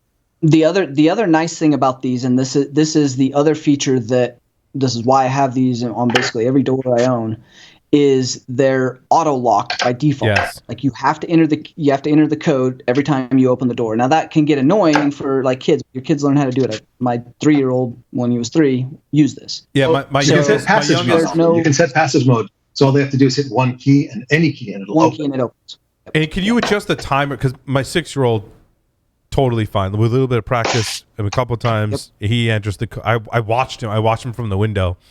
And like first time maybe he gets it wrong, and like second time, like he's in, which is awesome because like if you have dogs or you just want to make sure your door locks every time it shuts. Yeah, it's great. But can you adjust the time? No, I don't think so. Is the time? But it's 4 seconds. It's a long time. They increased the time. The original ones were 2 seconds. The older ones were 2-second beep. These ones are now 4 seconds. Gotcha. And 4 seconds isn't all that long either. But No. you got to be. It's really quick. not. But again, the balance here is privacy. The app you'd have to install, the ability for, because on these other locks that we're talking about in the story, a lot of the vulnerabilities were insecure API calls, unauthenticated API, sensitive information leaks, all of those pieces where stuff inadvertently that is not tied to my physical security at home or my risk profile I'm thinking of as I'm looking at a doorknob, those are now things that I have to consider if I'm going to be putting in something smart. Additionally, Bluetooth Low Energy, when it's implemented wrong, there's several Bluetooth Low Energy vulnerabilities. As your threat changes and your threat profile changes, perhaps even vulnerabilities being released for things like Bluetooth Low Energy or the libraries that are leveraging those, now you're having to think about and update all of your hardware within inside of your house that your family's security then relies on. And if your threat profile for work you're doing happens to change, that becomes a concern I really don't want to have to think about at night. Yeah, and what I don't like about some of the deadbolt ones is typically on the inside of the electronic ones, it's a knob you can turn. So just breaking the glass and reaching your hand through, you can turn that knob. Yep. Personally, I like the deadbolts that are keyed on the inside, in not on the outside, right? So if an attacker were to reach in, they couldn't just turn the knob and unlock the deadbolt. I personally, and if you small do that, nuances like you're that, right? killing people. That's actually illegal. Wait, sorry, you guys were both talking at the same time, Josh and then Tyler. It's actually, I believe it's illegal or against code to install double key deadbolts anymore. Interesting. Right. That probably depends on your fire area. code. Yeah, it depends on your fire code. Even in residential, it may not be illegal in residential, but your fire insurance will be very pissed at you if you ever have a fire. Yep. Because you can't get out. Right. Yep. But that's known as fail secure. Mm-hmm. Sorry, Tyler, you were saying? No, I mean, these are things that most people don't think about when they're looking for a secure lock. They look for the most expensive lock or the most technologically advanced lock, something from a name brand if they're trying to be super secure. And then you think about like what your risk profile is and like why you're considering those. And those of us that break into places, like 99% of the time, all of those things are bad things. Like just like you were saying, like a double deadbolt, that's something that someone that's broken a window and gotten into place, that's something we would think about, not most people. So you really have to consider, like, as an adversary, you have to put that adversary hat on, or a burglar, maybe not a technical adversary. Like, what is your risk profile? Are you in a high crime area? Like, what are their capabilities? It's going to be you're going to have a reinforced door. You're probably going to want a better deadbolt. You're probably going to want hinges that aren't going to come off, and you want a window that's not going to shatter. Like, these are things that you have to put an adversary hat on to think of, which comes back to like where we provide our value in the industry is really giving that insight and thinking through the scenarios that other people aren't going to consider, and then building solutions around those risks based on that risk profile or that threat. And also preventing someone from credit card. Well, we don't use credit cards. Yep. What is the? Getting your is it a plunger shim? Correct. Do you call a shim to get? Yeah. You got a traveler's hook. You've got a shim. You've got a yeah. It depends on which one. But you're these using. Soho mills, these Soho mills seem to be most. When they're the installed, better locks are resilient to the traveler hook, right? Oh, these ones, if you install it right and the plunger is actually set correctly, you can't traveler hook this one. I've got mine pretty heavy. it can be done with some other things. I've been looking at the solenoid they're using in this to see if I can actually reinforce this and offer them, because I've communicated with the vendor. They're very open to improvement ideas. It's a really nice, and I will say that, Tyler, also to your statement there. Like when you hold this lock, like Josh, you held one up. Like this thing is solid. Most of the electronic stuff that you get that has Wi-Fi and all that crap on it, like it feels really cheesy. These do not feel cheesy at all. Like this is solid. Yeah, they're heavy duty locks. I've tried to manipulate and break one that I was sending back anyway, and even the the break the doorknob and fully rotate because of the way the solenoid works, that vulnerability doesn't work on this lock. So there's a lot of mitigations that they put into place for something that I don't think they intended to be as secure as it was, but it is very nice lock. My bigger question, you say solenoid, Tyler. What about a big ass magnet? So I've tried that, and I can't because it sits in a top down. You plunge it, it rotates, and then goes in. The magnet just moves the solenoid up and down, and it's already in a top down position.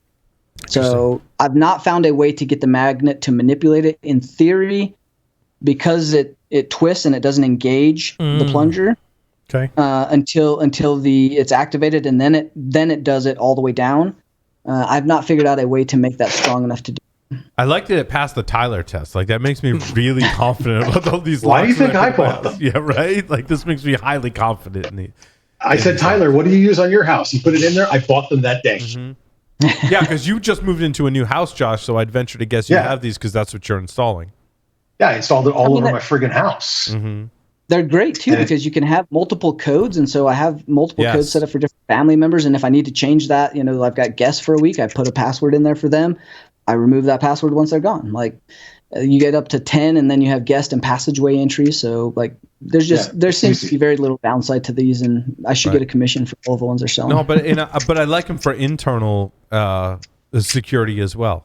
Good Lord. Right, you got valuables. My gun lock closet. Yes, or you have exactly what I do. If I have firearms, the door to get into where the room your firearms are, or your valuables, or your closet, or wherever you got jewelry safe or whatever. I'm like, you know what?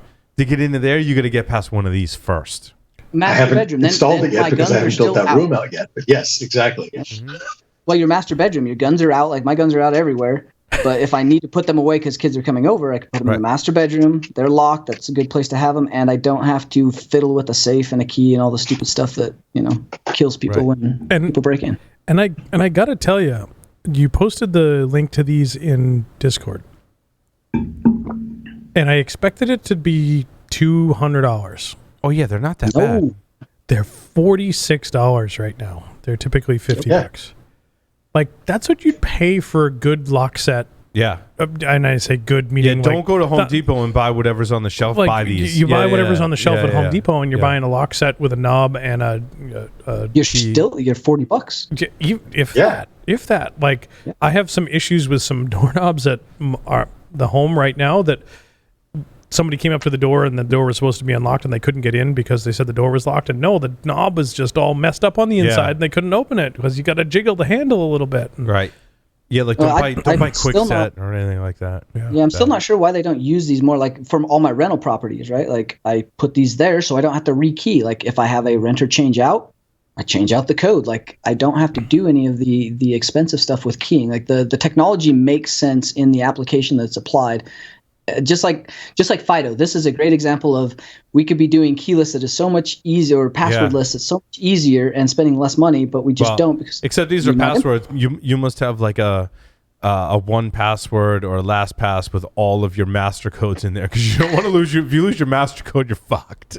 Basically, you can go through the reset process. I've done that on 2 locks now, and it's not horrible. It does take a minute, but if you're on the inside, you have to be on the inside to take it apart to do the reset. You can't do the reset if you don't have if you're locked out. And Tyler, the one I'm looking at here, it's the 99B has the backup mechanical key. That's the one I have the one with the backup mechanical key. My bad. I just have the wild. And I've never the batteries last the batteries last about a year and a half, almost Wow. 2 years. If even on heavy usage, I can still get a whole year out of like the rental hallway, And and that was fine. And you got those on some outdoor locations that are cold in the winter, and that will kill the battery. Yeah. No, and yeah, I've literally the same batteries. I replace the batteries every year and a half. I order. They're just double A's. There's 4 double A's. Triple A's. Triple A's. Oh, right, triple A, yeah, sorry. Yeah. Yeah, and the batteries last great. It's Never had a mechanical issue. they're solid as rocks, man. It's amazing that more people don't use them. Honestly, they're cheap as dirt, solid as rocks, and they're not that hard to use. So Like we're my saying, my like, 4-year-old like, actually loves playing with it. don't go She's with like, oh. Don't go with your smart locks. Go with these. I'm glad we talked through all that. I think Lee needs to throw a story in here. I think Lee does too. Lee's been awfully quiet. I'm sorry, Lee. Well, okay. So, how about the we want to talk about FileWave MDM? No, I want to talk about Entrust. Okay, Come let's on. talk about Entrust. That's my number 7. Oh, I didn't see Back in numbers. June, Let me there was a refresh cyber this. attack against Entrust. Wait, what is They are Entrust? What is Security Entrust? company. They're a PKI provider. They provide both products and managed services. For example, for the government-issued PIV badges, HSPD-12 badges, one of the providers that GSA uses is Entrust. Did they in do US Entrust? access. Did they do smart cards and stuff like that back in the day? Yeah, they do. Yeah. Okay. Yeah. Yeah, And they're- they do they're smart root cards. CA. They do Oh, encryption, right. signing, and authentication certificates, OCSP, the whole 9 yards. And so they had a cyber hack back in June, and at the time they sent out a notification to all the customers saying nothing related to our PKI operations was taken. But apparently, that there's got to be more to the story, because it just popped up again today as being a big deal. The reason I said that, I mean, like I said, you got a month ago, you got a notification that part of our stuff is compromised and nothing to worry about. Now they're saying, hey, we're doing some work to investigate this further. We haven't figured it all out yet. That kind of erodes your customer confidence a little bit. Just a little bit. Because they're And, ransom apparently, and they're trying to deal with it. No. Well, they got data stolen as for the first part of the double encryption or double ransom, whatever, double ransomware. And they had data stolen. They're claiming it's not customer data, and it's nothing that impairs a product. So no product data. But what the heck have they got? But what did they steal? Yeah. No, they got stuff. Then they're saying They got their employee database, and it's They fine. got- We're fine. Everything's fine. Never mind the man behind the curtain. These aren't the droids you're looking for. Yeah. There's more to this story. But like similar to Right. what we talked about with Leslie last week, when companies come out and say, "We've been hacked and here's what happened," how hard did you look? Like we talk about this, and not to go back to firmware, but we talk about this with firmware too. Like, oh well, there wasn't a firmware level attack. But like, how hard did you look? Because that you got to really look very specifically to find this stuff. So when Entrust comes out and says, "Here's what was breached," like, how hard did you look? And you can't look in places where you're not collecting stuff. Like if you're not collecting a certain type of logs on certain applications and/or systems, you can say that you looked, but if you weren't collecting the stuff to look at, I guess it doesn't come down to what did you look at and what did you find. It's the due diligence of what were you collecting and what can you prove. Right. It's really ultimately, rightly, what it comes down to is what can you prove? Right. So yeah, and I completely agree with you. In the specific case of Entrust, their service providers are operating at the federal PKI level. There's extensive auditing, logging, 2-person, 3-person, all of these controls in place. I suspect that infrastructure was just a little too hard to crack. So I'm wondering what they did get. They, because that's their bread and butter, is doing this work for others. But I'm questioning whether they didn't get source code or something that was actually worth something. Yeah, but also to your point, Lee, and with respects to providing services maybe to the government, you also don't want to come out and say, all the details because that could be No. too revealing. Like, we know they didn't get into this particular infrastructure. Well, how do you know that? Well, that's classified. Now, we may say, well, that's bullshit. But also, you know, the other part of me is like, well, they don't want to say exactly how they validated that because that would give too much away. And I Yep, get that totally. too. Yeah. Yeah. Well, I'm thinking how many million certificates would have to be revoked if they got their root CA? Oh, Or some God. other intermediary. Remember Yeah. RSA? Do you remember RSA? Yep. Try it. Worse. RSA, hold my beer. Yeah, basically. Yeah. Oh God.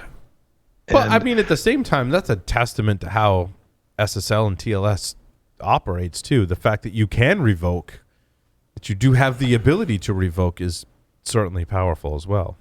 Yeah. Okay, wait a minute. Let's be clear on this. Let's assume that a root CA, any root CA, gets compromised in such a way that the certificate chains that it owns, supports, whatever, have to be revoked.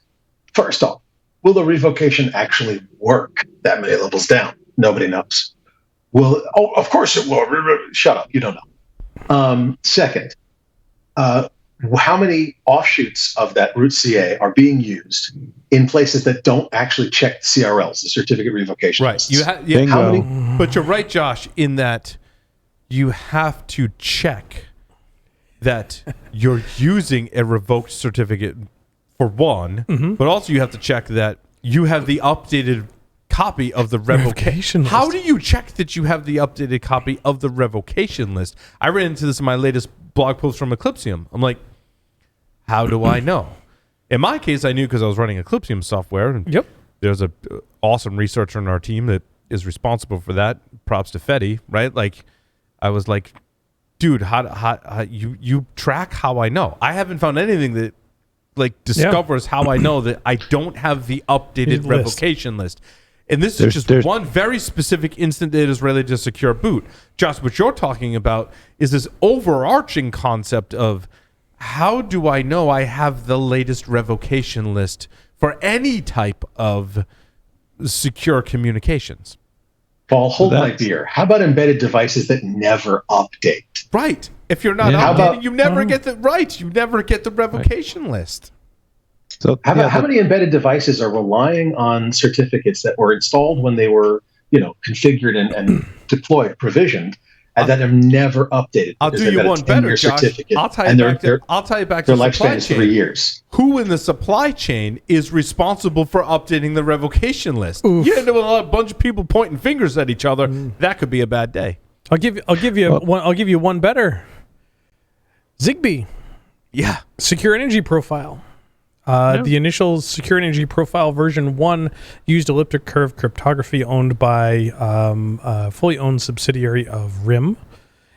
And the Zigbee Consortium, Zigbee Alliance said, ooh, we've got this all tied up in one manufacturer for the PKI, and what if they go bad? And so SEP 2.0 used a modified version of TLS to do certificate distribution. Oh, But no. Go ahead, keep going. And because of the packet size used within Zigbee, the modified version of TLS removed certificate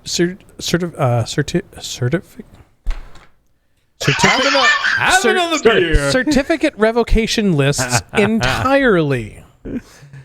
What? So once a certificate has been issued, it can never be revoked. It is permanent forever. Mm-hmm. Okay, sorry. Hold on. One of the other podcasts I was listening to, a Linux podcast, was talking about this, and they were talking about signing packages, right? And there's different levels of this. There's the a checksum, and then there's signing, right? Mm-hmm. And so we're all familiar with the checksum. Like Red Hat back in the day goes, this is the latest package, and here's a checksum to validate that you download the actual package from that. And it's like, well, but if an attacker can control both of those, then I don't really know that what I'm downloading is what Red Hat intended me to download. But then take it a step further. Who's validating that? How do I know I'm getting the latest either signature or checksum for that? How do I know? Someone has to check that. Someone has to figure out that wait, that checksum's invalid, or someone has gained control of both the package and the checksum and replaced both. Someone has to realize that and then go invalidate either the checksum or the actual signature. And is all of this just a bunch of hand waving and Watch next. We're all sitting around a fire saying "Kumbaya." So, Watch next as we replace his regular coffee with Folgers crystals. We're all singing "Kumbaya" around the fire, going, "Yeah, we all trust each other. It's great." But so who's here's checking the problem. trust? So there's two problems. One is when it comes to root CAs, they get configured and pushed into browsers and stuff. They're trusted without a CRL check. And when gun goes bad, you have to move it to a non-trusted CA spot. Otherwise, it will continue to work. Right. Is what you're saying, Lee, it's not magic. People have to take actions to push. So then, out depending these on if you've done that with intermediates, you have the same problem. When it comes down to the end entity certificates, that's not so bad. You're either pulling CRLs or you're doing OCSP. OCSP responses are signed, so you can tell if they're authentic or not. The CRLs aren't. They can, that's a different problem, but they do expire typically in less than 24 hours. So if you got an old one, things start falling on their head. Hold my whiskey. Oh, yeah. No, I didn't say it's perfect. Now you're talking. Wait. Sorry, I apologize. Bear with me 1 second. I'm terribly sorry. I will. Now you're talking about what you just raised, just sparked something in my skull, which is not hard. You can strike a match on this head. Anyway. It's clearly not hair growth that it sparked. Well said, sir. So you've got the problem that when quantum encryption, see, Tyler's now off looking at how he can break a root CA just so he can screw with the whole world. Either he's changing the master code on some of his Soho Mill locks for some reason. No, but seriously, when quantum decryption happens, and God knows when that's going to happen at this point, and somebody breaks a root CA, whether through ransomware, quantum decryption, whatever, just doing the replacement of those root certificates is going to break significant chunks of our country's, our world's infrastructure. That's fascinating. Yeah. But is it like a race condition kind of thing? Like, what do you mean? Like how does that work? If you've got to revoke, it's going to take time for that revocation to be propagated into the browser primarily, right? Well, okay. How many people used Internet Explorer 6 2 years ago? Well, that's a different problem. No, it's not. Well, it's No, it's not. It's the exact same fucking problem, dude. Because did Internet Explorer 6 get updated with new root CAs and new certificates after, I don't know, 1997? No, you're right. It's 2007 or whatever. It's the same problem of we've found an invalid signature or some certificate or hash that needs to be revoked. How do we propagate that down to people who are not, or software that is not actively taking updates? That's your point, right? You can't. Yes, exactly. It's a valid point. I don't know how to solve that problem. How many XP machines do we find on pen tests still? Every once in a while. What's that? Every once in a while. Not as many as I used to. No, agreed. And that's why I'm using it as an example. It's not as many as it used to, but it's still every once in a while you find an XP machine which end of life 10 years ago? Okay. And you're still finding them, for God's sakes. And it's not as rare as a diamond. It's every once in a while. It's not every day. It's not every week. It's not even every month. But every 6 months you find one. It's still a lot of them. But the point is they're going to trust stuff that they shouldn't trust, essentially. Right. And so what do they make vulnerable? Just by trusting a root CA or a certificate that's a long life certificate built into the browser, built into the software, built into the operating system that should be dead, that should be revoked and checked and dead. And how will Zigbee fuck up all of our door locks and our home security systems that are wireless and Zigbee powered and whatever else? And how will, the mind boggles. Also, I bring it back to also what about hardware that has keys that are fused onto a chip? How do you...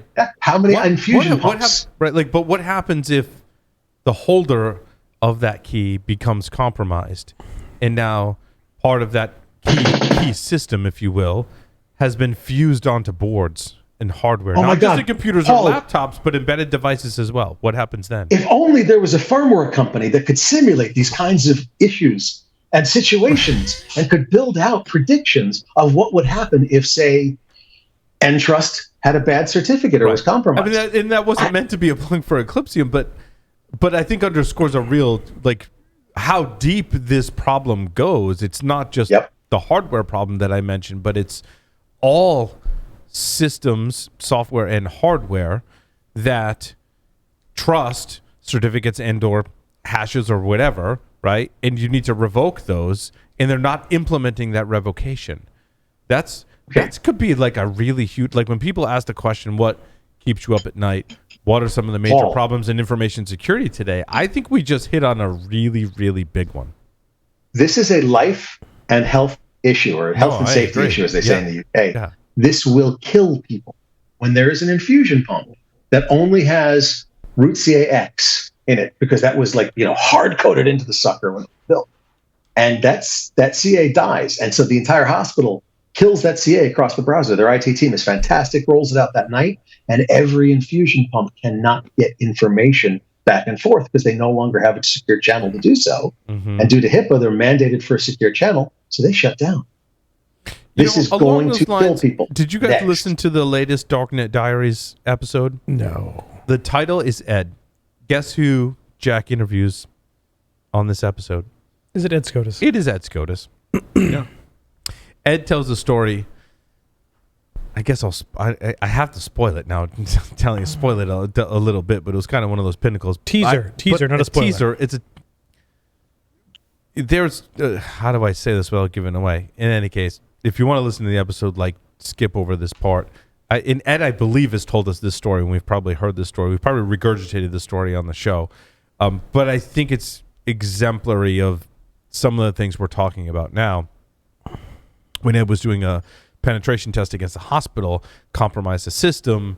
This system was running software that interacted with a laser that could perform surgery on people.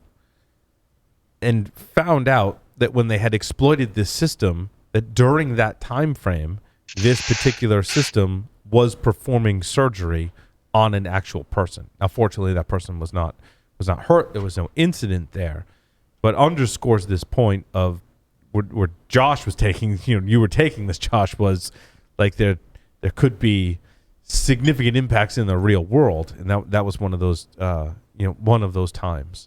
Mm-hmm. And a really great episode from Darknet Diaries on that. And of course, our good friend Ed Scotus. How could it be a bad? There's no way it could have been a bad episode when you have Ed on. Never. I miss that guy.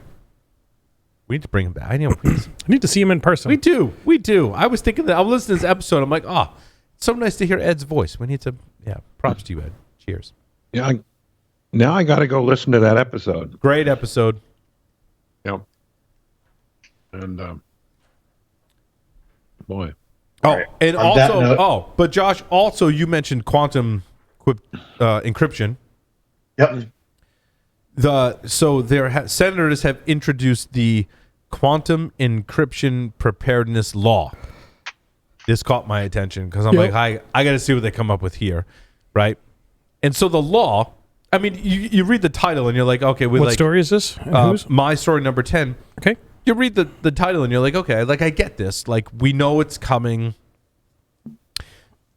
Qubits and all the stuff. I actually listened to another podcast that was talking about quantum cryptography and exactly how these systems are put together. It was really, really kind of amazing. I couldn't do it any justice, but they were talking about qubits and the whole thing was super interesting. And so, like, we know we have to prepare for this time when our encryption systems are may fall or will, as I think will fall is probably the right way to term it, to quantum computing. And so this act, and the piece I pulled out I think is really interesting. It calls for every executive agency to create an inventory of all the cryptographic systems in use, along with the IT systems they will prioritize for migration to post-quantum cryptography. They will also define processes for evaluating the process of that migration. So like a prioritized list of encryption that's used in the U.S. government. Shit, I hope they protect that thing. Good God. 6 ways to Sunday. Good God. And I'm not sure if that's exactly what they were referencing there. There's probably other aspects, I would imagine, to this bill of maybe some systems that are exempt from this process is kind of the way traditionally it may play out, based on history. I can't imagine that it would be an all-encompassing comprehensive list. This must be compartmentalized. I don't know. You guys have comments on this, how this may play out? Because at the end of the day, this does need to happen in some capacity. Like there does need to be an evaluation of all of the cryptographic systems that are used within the U.S. government and going like, oh, okay, how are we going to make these all resilient to quantum computing? That's kind of scary. I think they have no idea of the effort behind just that inventory. I mean, think about it. You don't just include your places you're using certificates like in your browsers. In the U.S. government, you've got certificate-based authentication. You've got derived credentials. You've got, how about SSH keys? That's certificate authentication too. That's also cryptography. And, we're going to have to replace TLS. We'll have to, what else are we going to do? There's a lot of work here. Yeah. And this is something you do over a decade. IT systems, I think, is one giant bucket, right? Yep. And probably the easier bucket to address from a nation state security kind of level, right? When you get into all the other cryptographic systems that are being used that even most of us that have worked in this space listening to the show may not even know about. You may know about pockets of it. I gotta imagine these are going to be, that information must be compartmentalized in a much different fashion, because you don't want an all-encompassing list to just be floating around out there. That would be bad. Oh. It's an interesting quandary. I mean, we're always talking about asset inventories. We're always talking about know what you have, know what you have, know what you have, and to have it to be ready for when NIST finishes they've got like 8 finalists for quantum encryption algorithms in they're through the 3 rounds of algorithms, and they're down to the 8 finalists, if I remember correctly. But you're right. An all-encompassing list can be dangerous in the wrong hands. So where's the happy medium? I don't know. It reminds me of another article that I didn't add here too, but it was in reference to Huawei hardware in taking an inventory, asset management of, if you will, of the entire country in U.S., right? USA, entire country, where we're using Huawei hardware. Where in proximity is that Huawei hardware to U.S. military bases? Because it was proven that the Chinese could have backdoors into this particular devices and firmware. And so, like, let's say a major teleco provider in Tyler and Lee's neck of the woods were to stand up towers, and those towers just happen to be in proximity to military bases. If there was a back door in the firmware of those devices on those towers, they could conceivably get telemetry on military movements and or signals from military bases. And there was actually a bill that I believe was passed that put aside something like, I don't know, billions of dollars, right? Let's just say it was $2 billion that was put aside to replace that hardware. When they went out to the telco and communication providers, they were like, yeah, it's more like $4 billion, like double that, and that's how much money we need. Oof. And so they didn't get approval for the doubling of that bill. They're like, oh, we're just going to take this $2 billion and distribute it to people and replace some of it, but that only solves half the problem. So that was kind of interesting and somewhat related as well. Not enough money to go around. Oh. Bye, Josh. Who just dropped? Josh? Yep. Yeah. We just lost Josh, yes. We lost Josh to a denial of service yes. by child. Infant denial of service. Child, yep. My story number 16, Vulnerability Spotlight, how code reuse issue led to vulnerabilities across multiple products. Cisco Talos team found a vulnerability in what turned out to be Broadcom software used inside of a web server. I believe it was a web server or web CGI application, CGI helper function more specifically.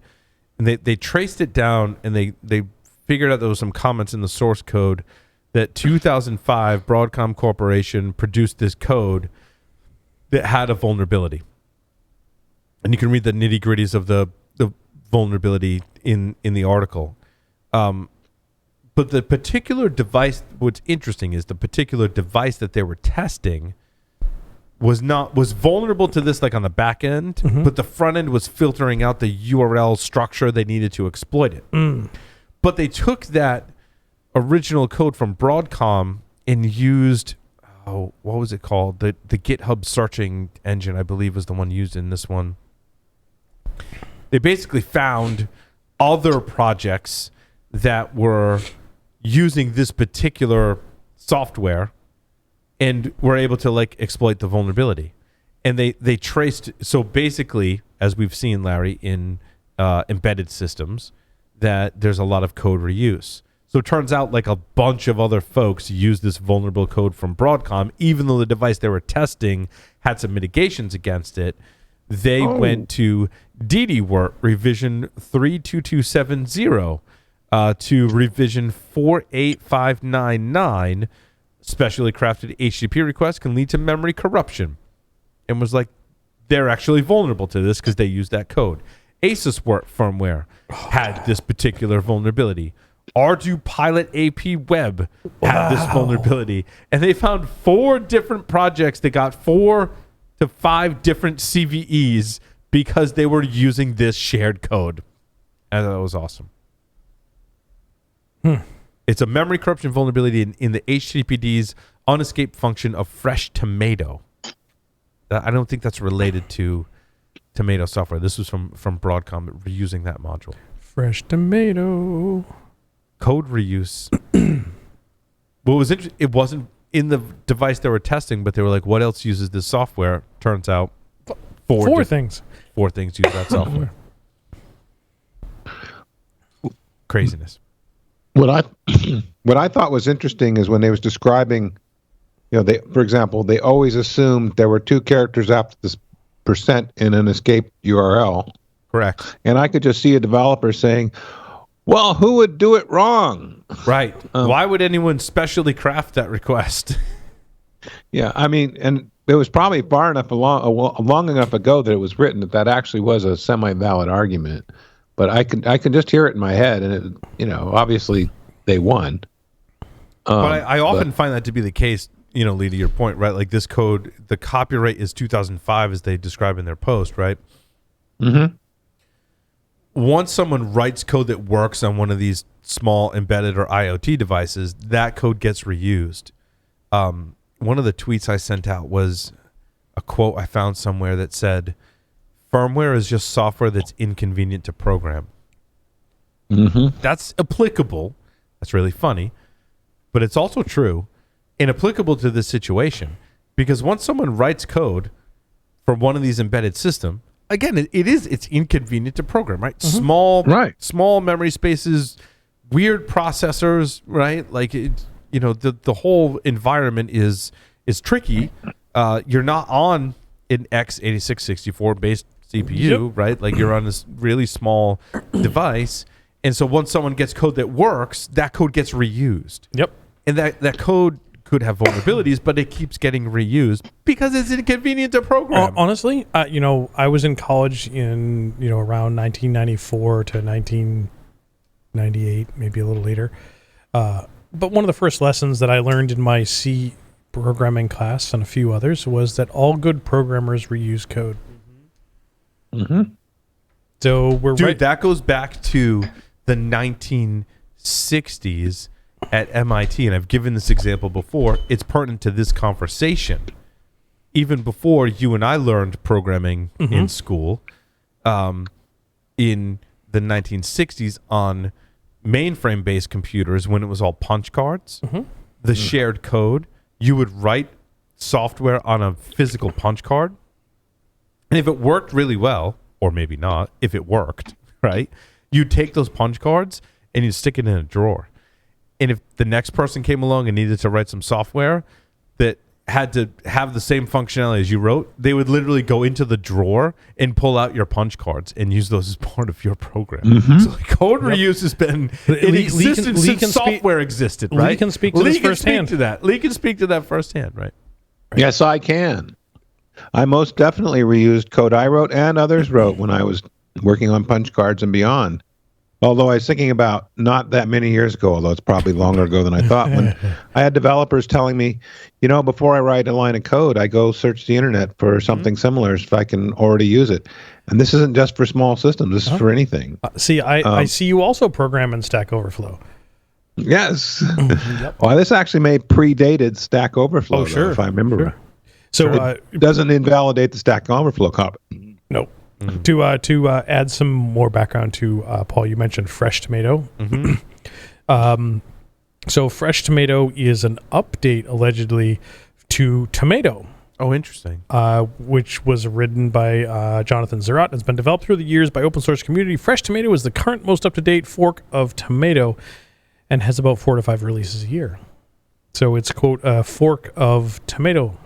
Because Tomato, one of the reasons we didn't like Tomato was because it was based on the open source code that Linksys had to open source to comply with the open source license that they had as used. Opposed to a complete rewrite. Right. And so they took the open source code from Linksys and tweaked it and called it Tomato, but it was based on Linksys' original code, which wasn't that great. Right. Now, the only thing that ultimately where Tomato succeeded originally is when we started with the limited RAM and flash devices, which OpenWrt could not support, yet Tomato could. Correct. Again, like basically more inconvenient to program in those smaller spaces. Yep. Wrapping it up, I wanted to talk about how I revived, an article, how someone else revived 3 ancient computers with Chrome OS Flex. Have you guys tried Chrome OS Flex? I saw this the other day, and I did not get a chance to try it, but I was intrigued. So apparently, I didn't know this till I read this article, Google has made available Chrome OS Flex, which they say try the cloud first, easy to manage, and secure operating system for PCs and Macs. Chrome OS Flex is a sustainable way to modernize devices you already own. It's easy to deploy across your fleet, or simply try it to see what a cloud-first OS has to offer. So this is what they tout as a free upgrade for your PCs and Macs you've been waiting for. They are secure, boot fast, don't slow down over time, update automatically in the background, and can be managed from the cloud. So this is basically Chrome OS for the old crappy hardware you have laying around to extend their life, because they're moving everything to the cloud, just like a Chromebook does. Now, I got an interesting one to try, because we picked up a Chromebook about 3.5 years ago. Might be close to 4 years ago, and it became, quote, the family Chromebook. Like, we used it during the pandemic for karate, because we threw Zoom on it, and you throw it in the living room and you do Zoom on it. And originally the purchase was so that my wife could check her email when she went to Australia for 3 weeks, and like if she dropped it, oh no, it was a $200 It's small, Chromebook. It's light. Yep, it was a $200 Chromebook. Yep. She checked her email on it, and like traveled across the world type of thing, and it got used for a bunch of that utility type of stuff. Like, we went on vacation last week. We brought it on vacation so my wife could check her email, because she's like, I don't want to bring my 17-inch laptop that I use all the time to just check some email like once while we're away. And the last time I turned it on, it said, your Chrome OS is no longer going to receive updates. If you want updates to your Chrome OS, you need to buy a new Chromebook. And now I'm like, Chrome OS Flex? Yeah, I think it does work on older Chromebooks too. Is that? I don't know. Yeah. But I'm going to try to find out. I know that in the studio we have some like i3 based laptops, and running Windows on those, like, you just want to poke your eyeballs out. Like, it is so slow. And my initial thought was, well, I'll put Linux on them. I'll find some trimmed out, like Ubuntu is one I've used in the past for like a trimmed down Linux. But even that, like, can get bogged down on some of these slower devices. And I'm like, that's kind of neat that you can have Chrome OS on these systems. What interests me also is how they handle the firmware thing, because Chromebooks largely run Core Boot, which is open source UEFI. And Google actually has their own EC firmware that is open source. So your EC firmware controls, like, you know how like your power button on your laptop is a button, this. And your screen and your battery. There's actually an embedded microcontroller that controls that aspect of hardware, and that's open source and from Google as well. So it's actually interesting. Like, I applaud Google for going towards open source firmware. I like open source firmware in the fact that if it's out there in the community, other people can work on it and support other devices. Where oftentimes you get a commercial manufacturer, they're like, yeah, I made this laptop and here's your firmware update.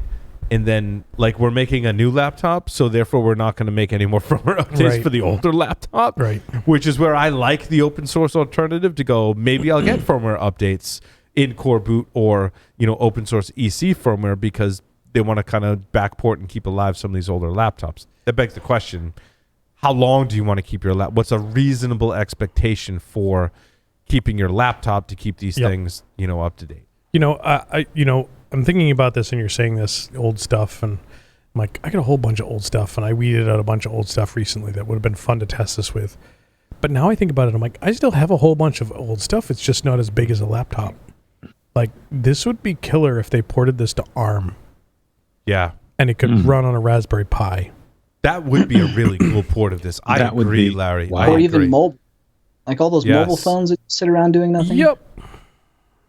Yeah, to break the hard... but there's some hardware stuff that you'd have to break, right, to get on some of these mobile phones, and that's super hard. There is a pen test distribution. Is it Kali? You can get... What is that called? Oh, the one for tablets? PhonePi? NetHunter? There's a project. NetHunter? NetHunter. Yeah, there's a couple of projects out there, right, that will allow you to take your older phones and tablets and put a pen test device on. Those are hard. A laptop is nice because you got a keyboard and you got a mouse and you got a monitor, right? Like built into the whole device, which is cool. Yep. I mean, arguably they've got talent to be able to write an operating system with Android and such for ARM for the phones. I think that would be a killer to have Chrome OS Flex on a Raspberry Pi. I agree, because I like the ability to have a graphical window manager. Yep. The one from Raspberry Pi is great, but I still feel like it demands a lot of resources to run on that level device. If you could slim something down even more to give me a graphical interface on that Raspberry Pi, that would be awesome. Yep, I'm sure you remember a number of years ago, I didn't want to pay the Apple tax again, so I grabbed a Chromebook and put Linux on it. Yeah, and because Chrome OS was still not quite there yet, and I put Linux on it and tried to see if I could do Linux and Linux on the desktop. Like, it didn't work. But I think that with the apps available on Chrome OS now, I could make a good run at having most of the things that I need to do on Chrome OS. I think it's interesting. It supports Mac hardware too. Like that opens a few possibilities of things I've got laying around. Yeah, like a bunch of stuff I just recycled. Right? Yep. Yeah, all that stuff we just sent away. Yep. And obviously Intel Macs only, not M1s or M2s. Right. Yeah. They did note that things from before 2010 might have suboptimal performance. And it wants 64-bit hardware. You know, that's reasonable. The Raspberry Pi 4 is 64-bit hardware. I can deal with that. Assuming you can get one, right? I think the only thing I have that's 32-bit is an old netbook that's around here somewhere that's still 32-bit. But it's a backup controller for my Christmas display. I don't think it matters. It is. Yep. What is the Linux gaming thing? It's a stream something. Stream Deck. It's not a stream deck. There's No, it's another. There's another device. I was listening to these Linux podcasts, and they're all buying these Linux Linux stream. I keep getting it Linux confused. Stream. I keep getting it infused with the Nintendo Switch. Yeah. What is that called?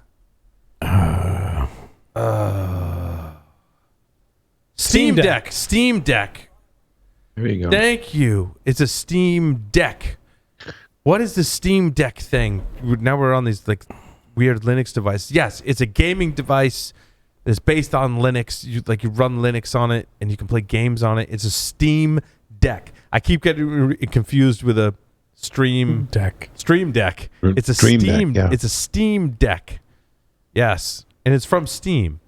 It's funny. I saw somebody in one of the Discord channels that I'm in, and a Discord service I'm in. I'm like, oh, my Steam Deck got approved. I'm like, wait, I bought my Stream Deck like months ago, and they're readily available. Oh, here we go. Oh, so wait. it's an AMD APU, a Zen 2 4C8T, 16 gigs of RAM, eMMC storage, NVMe storage, game controller, 1280 by 800 pixels. This thing looks friggin' awesome. And I bet you Kali is going to be on this friggin' thing, right? Like this is totally a little handheld. You just got to get it in enough hands. It's along the lines. All the Linux nerds are all raving about this. It's along the lines of the Flipper Zero. You just got to get it in enough hands before that incredible hackery begins. Not to say that there isn't already incredible hackery around the Flipper Zero. It's even more so once it gets in more hands. These things are really cool. Like I really want one. So I think we should wrap it up, Paul. Oh. Yeah, I think so. I did have one question for Paul. Yeah. Or maybe Larry. Yeah. You mentioned with those small computers that the window manager they put on them is really heavy. And I think back to when I was running X11R4 on things with less horsepower than a Raspberry Pi. Yeah, it's funny how But the window managers was much, much less advanced. Yep, much snappier too. Well, those didn't have to run Chrome. I think that's really what it comes down to. They didn't even have to run Netscape Navigator. They didn't have to run this thing called a browser. Yeah. And the browser's like an operating system on top of the operating system. And what's interesting is when we do these broadcasts. Sorry. But it's a great point, Lee. Like oftentimes the process that bogs things down isn't the internet bandwidth. Yep. It's the CPU. Because if you're running a browser and you're running something like Riverside or Zencast or whatever inside your browser, that's taking up so many resources. If you got other stuff running, the reason you're lagging is because your freaking CPU is pegged at 100%. Unless you've built like a real freaking workstation, a lot of these laptops just freaking bog down. Mm-hmm. Macs included. I don't have that problem because I have a AMD Threadripper with 24 cores. Totally not a problem in my world, right? And it's plugged into the wall. It's plugged into the wall and has Ethernet and the whole. But the Ethernet, the bandwidth isn't the thing. It's a CPU. I have 256 gigs of RAM. I built a ridiculous workstation. I don't have those problems. But if you got a laptop or whatever other system that doesn't have those specs, it's Chrome, Lee, that's bogging stuff down. Maybe not even your window manager, right? There's some browsers, and there's some browsers that know how to do memory management. Yeah. Which one of those, Tyler? Not on Windows 11. Tyler and I have a very similar Surface Pro 3. I really like mine. Tyler, you went to Windows 11. You're like, holy crap, this is bad. And it's CPU. It is almost unusable. That's bad because that's not a bad laptop. It's really not. It's an expensive ass laptop. It's really nice. There's an i7 with either 16 or 32 gigs of RAM in the friggin' thing. So it's not a bad laptop at all. Yeah. It runs worse than my netbook does at this point. Oh, jeez. Yeah, it's bad. With that, thank you everyone for listening and watching this edition of Paul Security Weekly. Larry, take us out. over and out.